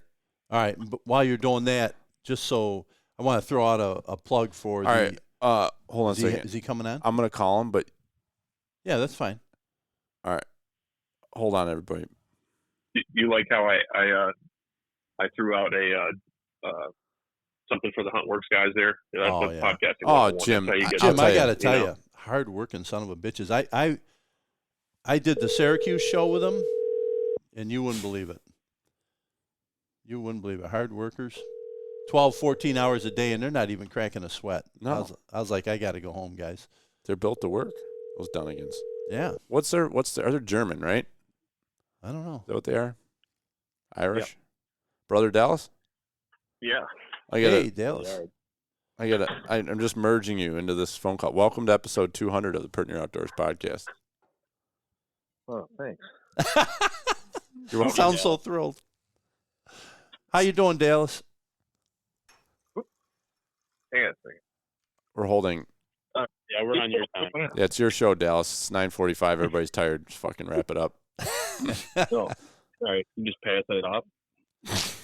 No, so we got just to set the table here for you. We got me and Big Willie are at a hotel in Albany for a work conference. So we decided to do a podcast, and then we called Big Jim, talked to Big Jim for a while, and then we called Jim D, talked to Jim D for a while with Big Jim. So you got Big Jim, Jim D, and now Brother Dallas on the phone. You tracking? Yeah. So what do you? You got everybody on it now? Yeah, right now we're all here. The whole gang. Oh, Dallas. Yeah, what's up, boys? What's going on? So, Brother Dallas, did you cut any trees down today? I did. Yeah, a bunch. Good. Oh God, that warms my heart. Yep. So we also we've decided that we're going to establish some committees here as a podcast and as a community. So Dallas is going to be the deer farming committee manager or committee chair. Agriculture. Yeah, agricultural committee. Yes, that's right. Deer agricultural committee chair. So nice. Yeah. So Brother Dallas and I, it's funny. We were talking, Dallas, about how much things have changed over the last few years with everything we're doing. And it seems like ever since you and I actually started doing physical habitat work, we stopped talking about habitat work and just started doing it. Right. Is that accurate? Well, I mean, we talk about it too. Well, me and you talk about it, but on the podcast, we're not really talking about it. Oh, yeah. Well, I didn't know you had a podcast. We don't really do a podcast anymore. Episode 200. It's amazing you made it this far. It is. Took us 14 years and 3 children, but that's 2 children. You don't even know how many kids you got. Nah, I got 2 at this point. Yeah, I got 2 children. 2 children. Does Dallas ever let you like drive the tractor or plant or anything? No. Because I see all these videos and Dallas is like intently he's driving my machinery, tractor. Yeah.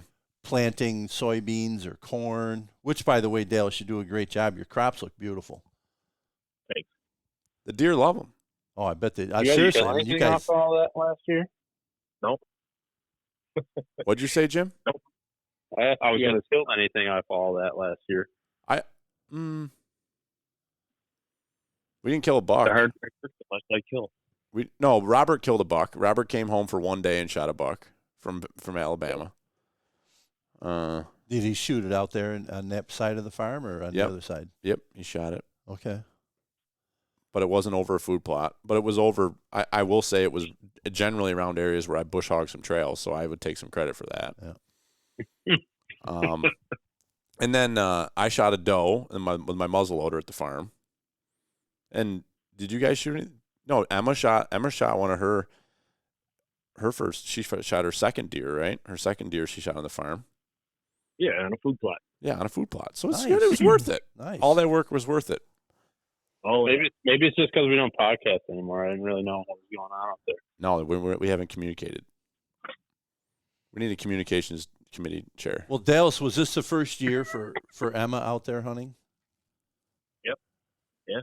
Her first, your first, well, yeah, she hunted in Pennsylvania like 5 days this year, but first day in New York with the muzzleloader, she got one. So that was cool. Yeah. Was that in the muzzleloader season, in the late season? Yeah, the holiday hunt. Oh, yeah, she got one on a holiday hunt. But then she also got one after that over at the farm? Yeah. So did she get one in PA? No. No, we didn't see a lot down there, but we had a freaking buck walk right past us while we were looking the other way. Oh, really? Yeah. Gotta love it when that happens. We're standing there waiting for Rob at like noon in the middle, after not seeing a deer all morning. And we're standing there talking like he's like 200 yards up the creek. We're just waiting for him to come down. And all of a sudden we both turn to the right and there's this buck just walking right past us. Oh my Must God. have got you across the road. We were like 200 yards from the road. And by the time we realized what was going on, it cut up in front of us in between me and Rob. And, she brought the gun up and I'm like, I don't think that's a good idea. So we had to let him go. Well, she had a great first year to get 2 deer. Yeah. Yeah. Yeah, that's awesome. You needed it too. But So she still thinks hunting's cold and fun. yeah, she's changed so much since then. Obviously, So funny. Yeah. Yeah, I love that part in the opening when she says it's cold and fun. Was that had to have been like 3 years ago, right? It had to be. Seems like it was more than, but yeah. Yeah. Yeah, it's pretty cool. Pretty cool to see her. I mean, it's amazing for her to go out in her first week hunting and like really her first day hunting in New York legally. She shot a deer and was like freaking and great clean kill. She was in Little Iowa with us too. She was, and she was a champ. It poured rain all day. Somebody put it on Facebook, but videotape. Maybe it was you, Dale. But somebody videoed her unloading the gun. Oh yeah. Oh my God, that was awesome. Oh my we were just looking at that yesterday again. We really? That's one of the funniest things I've ever seen. That rocked her pretty good. Oh yeah. She stood her ground. It hammered her hard, but she was like loving it. Yeah. Loving it. So it's funny because I purposely didn't let her shoot a muzzleloader leading up to all that. I actually had her shooting. It's the Thompson Center Encore Pro Hunter, right? So you can put the different barrels on it. So we were practicing with a 223 barrel. Okay. Just to get her comfortable with the gun. But what I didn't realize was that the gun was way heavier and front heavy when you put the muzzleloader barrel on it. Yeah. So when we got out there to hunt the first day, I'm trying to line up shots with her, and I realized she's telling me right away, she's like, "This gun's too heavy. I can't keep it steady." So we had to kind of makeshift some bipods to get it so that she could shoot, and that was a debacle because we let a buck and a good doe get past us before we got the shot at the third deer. But fortunately we got. But yeah. Anyways, I didn't want her to shoot the muzzleloader and then become scared because sure. rocks. Yeah. So she shoots the first deer, and just like I figured, she doesn't notice it because you're shooting a deer, you don't notice the kick, the sound, anything, Right. It's all shut right She off. unloads the next day, and it rocks her, and she didn't say anything, but I'm thinking to myself, oh man, I hope I didn't just blow that by just letting her do that. But she was fine. Well, she's standing there in front of 8 guys. She's probably not going to be like, ow. Right. Well, funny how confident she was, though. She comes up and puts the gun right up to her shoulder, and Billy yelled, "Give her hell, Emma!" Oh my God, that was awesome. It's good times. Yep. That was the highlight of the day for me. That was good. What? So Dallas, we've been asking the other two, the two guests on the phone here. What would have been your favorite episodes or some of your favorite things about the podcast over the 200 episodes? Well, I've really enjoyed being a part of it myself. Not anyone. Well, I guess the Pennsylvania, being live in the Pennsylvania deer camp has been pretty fun, and also beers on the deck. Yeah, we talked about that one. But aside from being a part of it, I think it's really been good as far as guests. I mean, you've had a lot of good guests and a lot of good conversations, even the ones that I haven't been a part of. So, I've had fun with it. Yeah, we went through a stretch there where you were essentially my co-host. I mean, you and I we probably did 25 or 30 podcasts together, and a lot of the habitat stuff. I mean, that's what I joke about it, but we were doing almost a lot of like research. Like we were learning a lot. We were in kind of that learning stage. We hadn't really been given the keys to the kingdom to really start doing what we wanted to do at the farm.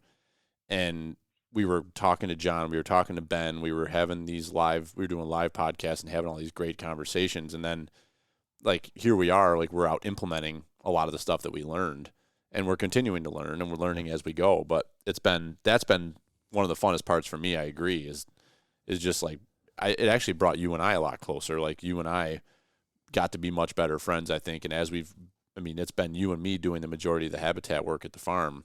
And it's just one of the things I look forward to so much this time of year, that we get out there and it's like, yeah, I got an hour, or I got 2 hours. Let's get out there and drop some trees. It's a freaking blast. it's like one of the funnest things in my life right now is just getting out there and doing work in the woods. Yeah, that's one of the things I enjoy the most for sure. Yep. So what'd you get after today? I just kept going on what I was working on yesterday. So Yeah. Did you drop? You were in a little bit further in the woods when I left yesterday, off the edge. yeah, I just been moving down the hill basically. Yeah, nice. What are you guys doing? Are you doing a thinning, or are you doing a clear cut, or what? We're doing a little thinning. Yeah, we walked the woods. What day was that? Monday, President's Day.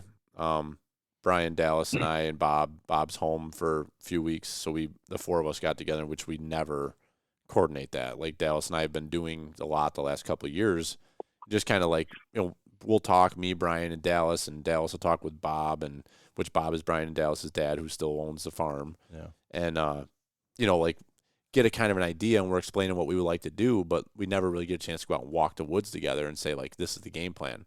So it worked out on Monday that we had a couple hours for the four of us to go out and walk. And, they basically, Brian's funny because Brian, with his job, he doesn't have the time. He doesn't have the flexibility to get out and do like Dallas and I do. So Dallas and I are the ones that cut the trees down, and we do all the work in the woods. But then Brian's like obsessed with planting trees. So like Dallas and I will go in there and we'll like mow down. We just like clear cut, a 3 acre piece of woods. And Brian's like, "What, do you hate trees?" It's like, no, we're just trying to improve habitat. This is, and so it's like this ongoing thing, but it was fun to go walk the woods together. And now, like, we did that Monday, and then Tuesday afternoon, Dallas and I are out there like implementing the work that we just discussed doing. Yeah. And it's a lot of fun. And we're gonna mainly do it for firewood, selling cherry and are you looking to make habitat though? Or is that yeah, what you're it's trying to ultimately thicken it up. We're trying to open up some of the canopy so we can get some better sunlight. Nice. Yeah. It's working. I mean, we're seeing it. It's taking a little bit of time, but we're going back this year. We're kind of in maintenance mode. We did a lot of cutting the last 2 winters. Sure did. And like clear cut a lot of areas. And now we've got a lot of stuff regenerating, which is what we wanted, but it's getting to the point where it's almost too thick. So that's what Dallas and I have been working on, is going back through and like actually cutting trails, not bush hog trails, but trails wide enough for deer to navigate through, and creating some open areas for them to bed and be comfortable. So that's what we're trying to clean up, what we made a mess of the last couple of years, and just try to maintain it and create it so we can. Going to be great. Be good for the kids. Yeah. Dallas, for your kids, and also Billy, when your kids get older, Yeah, have a place Brian's like that. daughters. Brian's daughters. Are they going to hunt? Oh, yeah, Brian's girls they're going to be a couple. Yeah, I see them with Brian this year, I think, when he got a couple. Yeah. That's awesome. Yep, it's good stuff. What else, Dallas? Anything? I feel like I've asked you stuff and then I just started talking. It's classic me. Well, I was just thinking about the conversation with Brian that you mentioned from last year. He's like, "What are you cutting?" And I told him, cut down a bunch of beech today. He's like, "Well, you don't like beech trees?" I said, "Yeah, I fucking love them. I love cutting them down, chopping them up, and putting them in a trailer." It's my favorite thing about putting them in a trailer and sending them off for firewood, man. He's like, "Well, I like planting trees." I said, "So do I. Out with the old, in with the new, man." That's right. What'd you guys do with all that wood last year? Did you end up selling it? Yeah, we sold most of what we cut. We sold just in logs. I think we sold over 100 cord. Wow. Yeah. Yeah, we didn't really know how much we cut until was Dallas it started. Unprocessed? Yeah, it was logs. Log loads. We bucked them all and dragged them out. Yeah. And and Dallas has some buddies that like that they burn a lot of wood, and they were happy to just buy the logs from us. So they brought their tandem axle trailers out. Sweet. Loaded the logs up, and they were able to drive their trucks right to where we had the logs. And Dallas used the grapple hook on the skid loader and loaded the logs up. Like, it worked great. That's awesome. Yeah. So it puts a little money back in the coffers too for seed or fertilizer. Covered our expenses, right? That's what you figured, Dallas? Yeah, it covered our expenses for last year. It's not the most profitable thing, just selling the logs, and I think we're gonna probably try splitting some wood and making a little bit more money here, but we're only gonna have so much time for that. But that's the thing with that, is like how much time you put into it. Are you really getting anything out of it? Yeah, we're just gonna try to probably split up some of the higher quality wood that's easier to work with. You know, we have so much of it to choose from. If you take stuff that's easier to work with. Yeah. We're blessed to have the equipment. We're kind of taking advantage of the fact that we have the equipment. You know, most people, even if you own land, you might not have a big tractor and winch and a skid loader with a grapple on it, you know. Yeah. So that allows us to do what we're doing. Yeah, which is awesome, Yeah, the equipment. I can't figure out how people, you know, like these habitat guys, I mean, there must be a trick to it, obviously, the way they do it. But I mean, I think they go to most of these properties that they go to, they just dump the trees and leave them there. And we tried that, but it made such a disaster that like you couldn't even use the areas. And it was like, we got to cut these trees. If we're going to cut trees, we got to get them out of there and do something with them. And I don't know, it feels good to send them somewhere and have them be used as firewood too. I Rather feel than like, letting you know, them lay and rot, right? Yeah, it feels like kind of a shame to just dump them and just leave them rot there. You know, I mean, granted, you're going to have the tops and everything. They're going to do that, but it feels right to send the main part of the tree off to get used somewhere. You know. Sure. Yeah. But most of the farmers down my way in PA, what they do is they actually hire out like loggers to come in, and the loggers actually pay the farmers to come in and log it. And then they take that wood, they use it for, you know, materials, making stuff for building or, you know, furniture or whatever. Pulpwood or something. Yeah. Yep. Yeah, and we've had that done in the past, but you can only get away with that so many times before, you know, all the good lumber's gone. Yeah. And all you're left with is a mess. And then where we live too, it's a muddy mess. Our property is just, it's disgusting. I mean, it only dries out for like 4 months a year. So when the loggers come in, they just make a complete mess, just rut the hell out of every, you know, not even their fault. They're in there trying to get the job done, but they just destroy the place when they do it. So boy, it's hard to get it back. It's hard to get it back too after it gets rutted up that bad. Yeah, that's our primary goal, is to help cover our expenses of all the habitat and hunting interests that we have, you know. So, and we're taking over some of the ground that that Bob and Dan, my father-in-law and Dallas's dad, have been leasing to help pay for the taxes. We're taking over 2 fields that we're going to turn into just straight hunting habitat. Oh, really? Yeah. So what is it between the two? We figure it's about 8 acres, or is it more than that? No, it's about 10.5, 11 acres, somewhere in there. Okay. So it's a pretty good amount of ground. And so we've already Brian planted some oak trees all the way out this one ridge in the field, and which is really good ground. And we hope that those trees will take off, because the trees that he's planted right inside the woods so we're calling that like Oak Ridge. Yeah. And we're going to try to build up bedding area on the south side of it, and food on the north side, so we can have better hunting on that end. And nice. But like, we need to cover our expenses there. So, you know, the one way we can do it is by selling firewood. Sure. And there's plenty of wood there to do it. If we do it smart and selectively, it just perpetually will keep feeding itself, and we'll just like we did in Naples, you know? Yep. So that's our goal, is to help. I got to get out there this summer and see. You guys had it looked like your food plots were just amazing. Yeah. You know, where you had corn and soybeans like in the same area. I was really impressed. Looked like you had some good crops going there. Yeah, and the deer, I mean, that's something that Dallas is kind of the mastermind behind that, and he listens and reads a lot about, you know, deer management and food plotting and stuff, and that's something that he's been doing. And where are we going into year 3 now, Dallas, of kind of trying to do the regenerative farming, essentially, with the food plots, where we're not tilling the ground, we're drilling in and crimping. Like, we've got some more equipment that we're getting this year. What are you getting? What new pieces you getting, Dallas? Well, last year, so I guess this will be the 4th year of doing food plots. And so the first year, it was just straight up broadcasting and spraying and just trying to do like the broadcast no-till methods the first year or two. And that just didn't work very well. May had some successes, but it was very difficult. So the second year we bought that 2-row corn planter, no-till corn planter.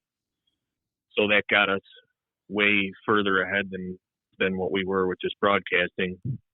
But and last year we got the drill, no-till drill. So that was a huge step, obviously. Now having the corn planter and the drill. And then this year we've got a cultipacker and we're going to build a roller crimper. We don't actually have it done yet, but we're going to go ahead and build that. We've got the plans for it. So I'm expecting to have that by the spring. So that's pretty much a full equipment lineup as far as doing food plots. That's nice. The no-till drill, what do you plant with that? Are you planting like wheat and oats and like triticale, barley? Most everything I do is mixes. So the only thing that you don't really do with that is corn, which right. I tried a little last year, and it just doesn't feed through right. You kind of need a corn planter for that. Yeah, exactly. But everything else, anything and everything else, any kind of mix you can do with that. We got that roller crimper that we bought from Ben Williams. Yeah. It's just sitting up there. I mean, you guys ought to take that. I mean, if that would work for you. I can tell you it's heavier than you know what. You know? Yeah. It's heavy. Yeah. Yeah. That was John Teeter's, and John Teeter sold it to Ben, and then Ben sold it to us. For some reason, it got more and more expensive. I don't know. It's weird. You know, trying to cover his costs. Yeah. Trying to cover his costs putting the food plots. Yeah, net loss organization. Yeah. But seriously, something like that. You guys ought to, because for the times you use it, just But take it out there, and because the yoke and the drawbar. Anyways, we can talk offline about that. But that would be good. Well, if we can't get this one, I mean, we're still planning on building the one, but if we can't get it done by the springtime, if we have a need for it, we may be able to. Yeah, we should. Yep.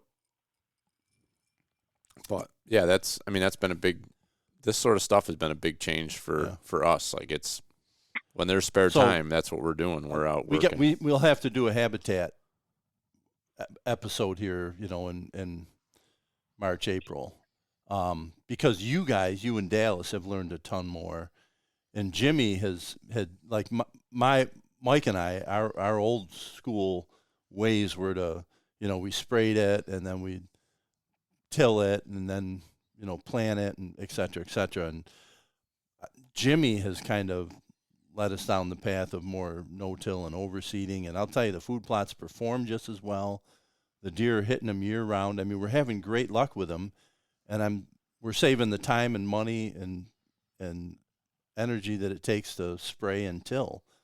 So, Jimmy, you and I will have to get together and, talk about the game plan for our place this year and what we're going to do. Yeah, last year you kind of covered it yourself, but we definitely got, a better thing going there than what we've had in the past. So.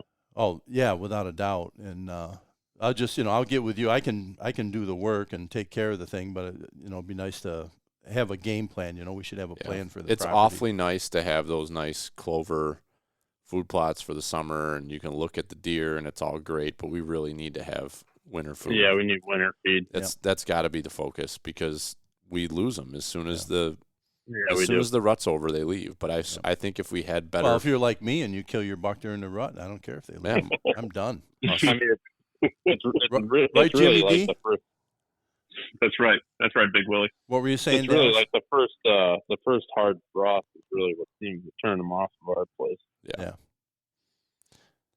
Yeah, we can get there. I mean, I think that you guys started last year with the blends, and I think in a situation like our camp, I really think that's like the bull meadow. Like I think it's got to get fenced off.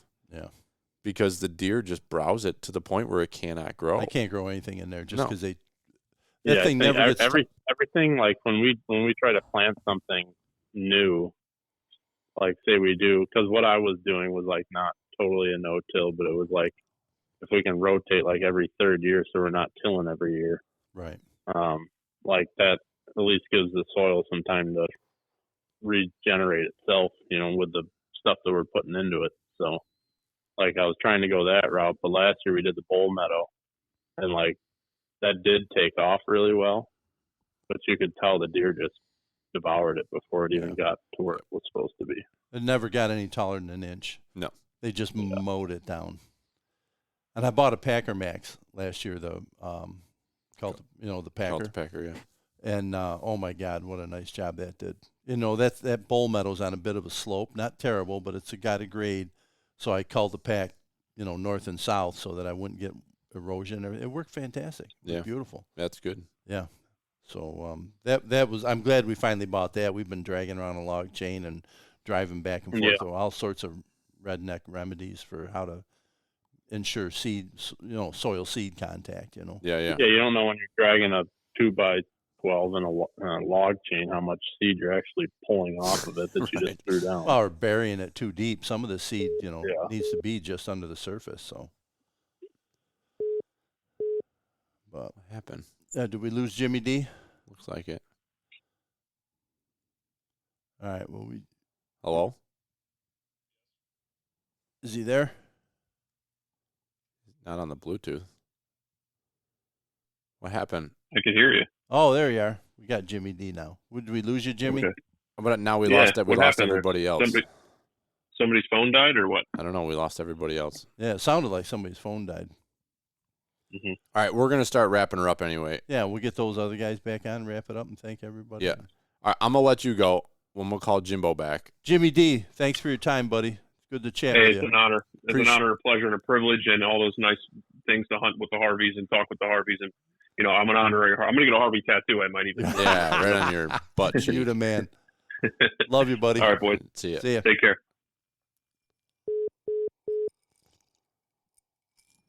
Brother Jimmy. Jimmy needs to go to bed. He's got buses to fix tomorrow. He can't be. I just got to sell him. I don't, I can be. You don't need to keep him running. No. What happened? I don't know. All of a sudden, the call was just gone, Brother Dallas. I got to call Brother Jimmy. We're gonna start wrapping her here. All right. Yeah, we've been going for over 2 hours here. Yeah. So.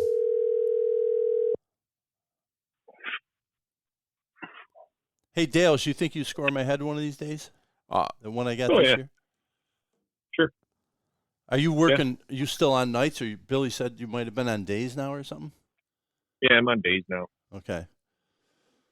Well, if you want to, if you bring it out, next time you're out in the area or whatever, Yeah. Well, it takes like a half hour usually. So. All right, because I'm out there usually every Friday. I see your truck there at the house. I drive by like 5 times with the kids when they're sleeping. You waved at me one morning, didn't you? Yeah, or, one afternoon. Yeah, I was driving the wife's car, and you were coming out to hop in the truck. I beeped and waved. I think you were going up to the farm because you headed out towards Billy's there. Yeah, I think I had a pair of boots and a beer in each hand while I was getting into the truck. Somebody beeps, which there's just beeping all day long. It's not just me. It's like everybody up through here. Yeah. And I look out, and I see the vehicle, and I'm like, that looked like Bill Harvey. Yeah, that was me. That's funny. Making my rounds. Yeah. I drive around. I go up Perry Road. I go up 78, and I go over Perry Road to 77. I take 77 back to 78, 78 back to Perry Road, and I just keep going around the block as long as Kate is sleeping. Sometimes I'm out there for like 2 hours, 2.5 hours. I was wondering why you turned up Perry Road. Yeah, that's my route. That's why, right there. Baby Kate.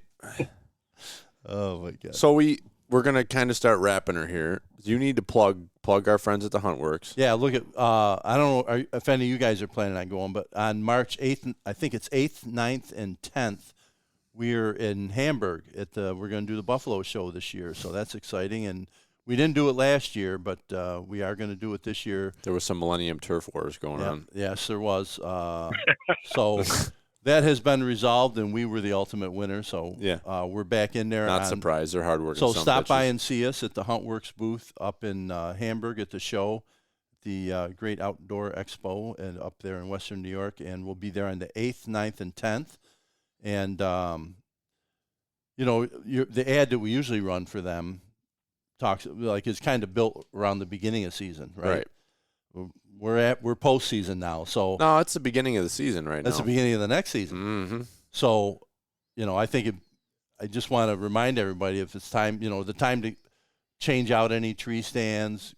If you're looking to get a new bow, you don't want to do that on August 20th, right? No. You want to do it now and get it set up and shoot through the summer. So, anything you need, stop out and see those guys out on Dispatch Drive. And Dispatch or Dispatch? Dispatch is like as you call it. They call it Dispatch.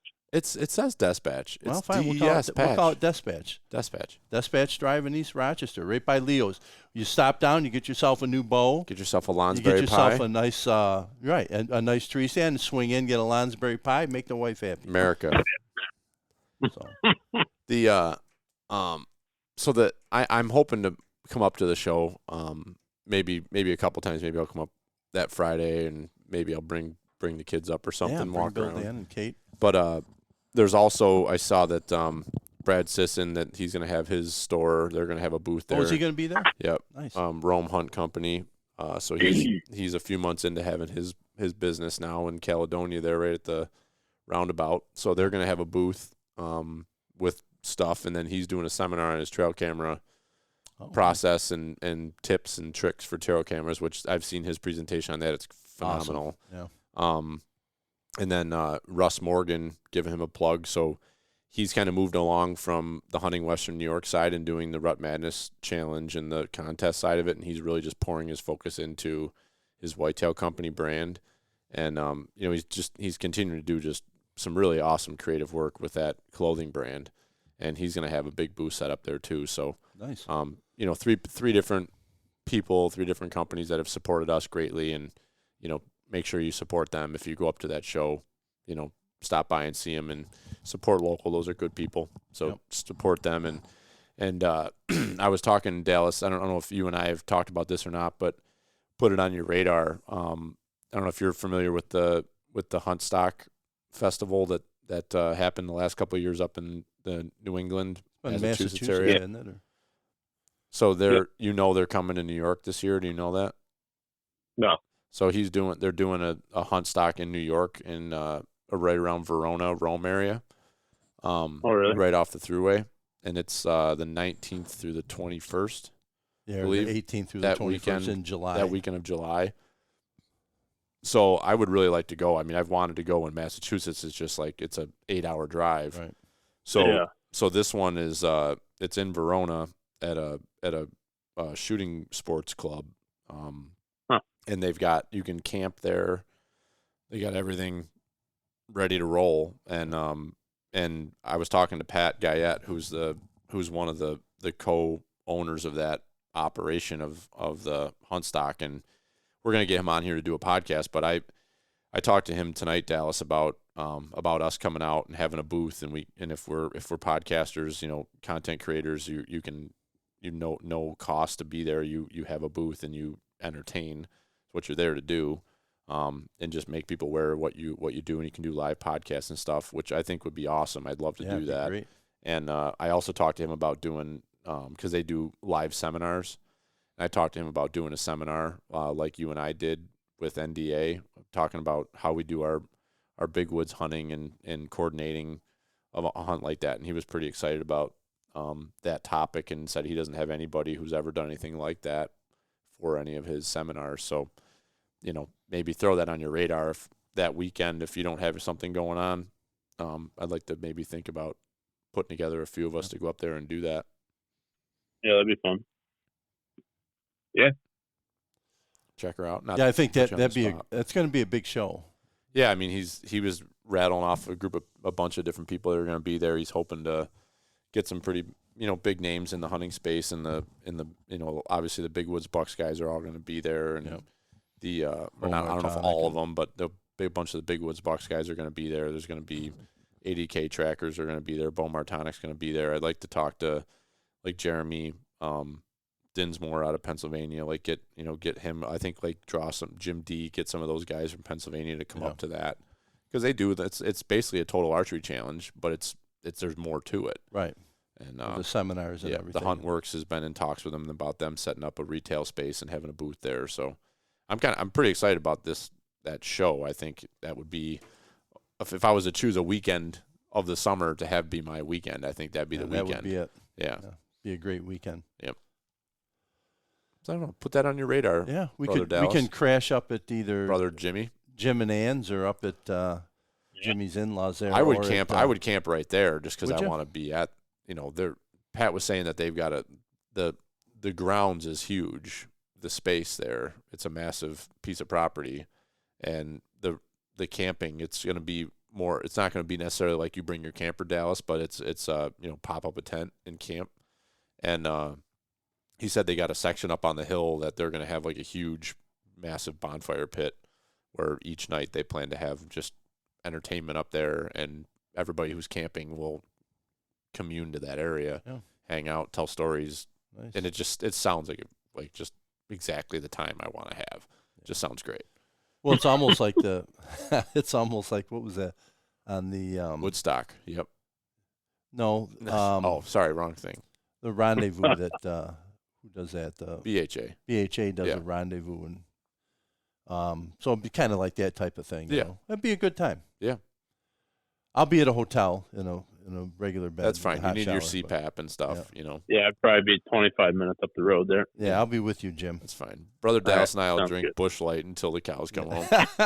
All right, we should wrap it up, boys. Episode 200. Yeah, we went 2 hours on episode 200. Yeah. That was our commitment to the people. That's We right. made it.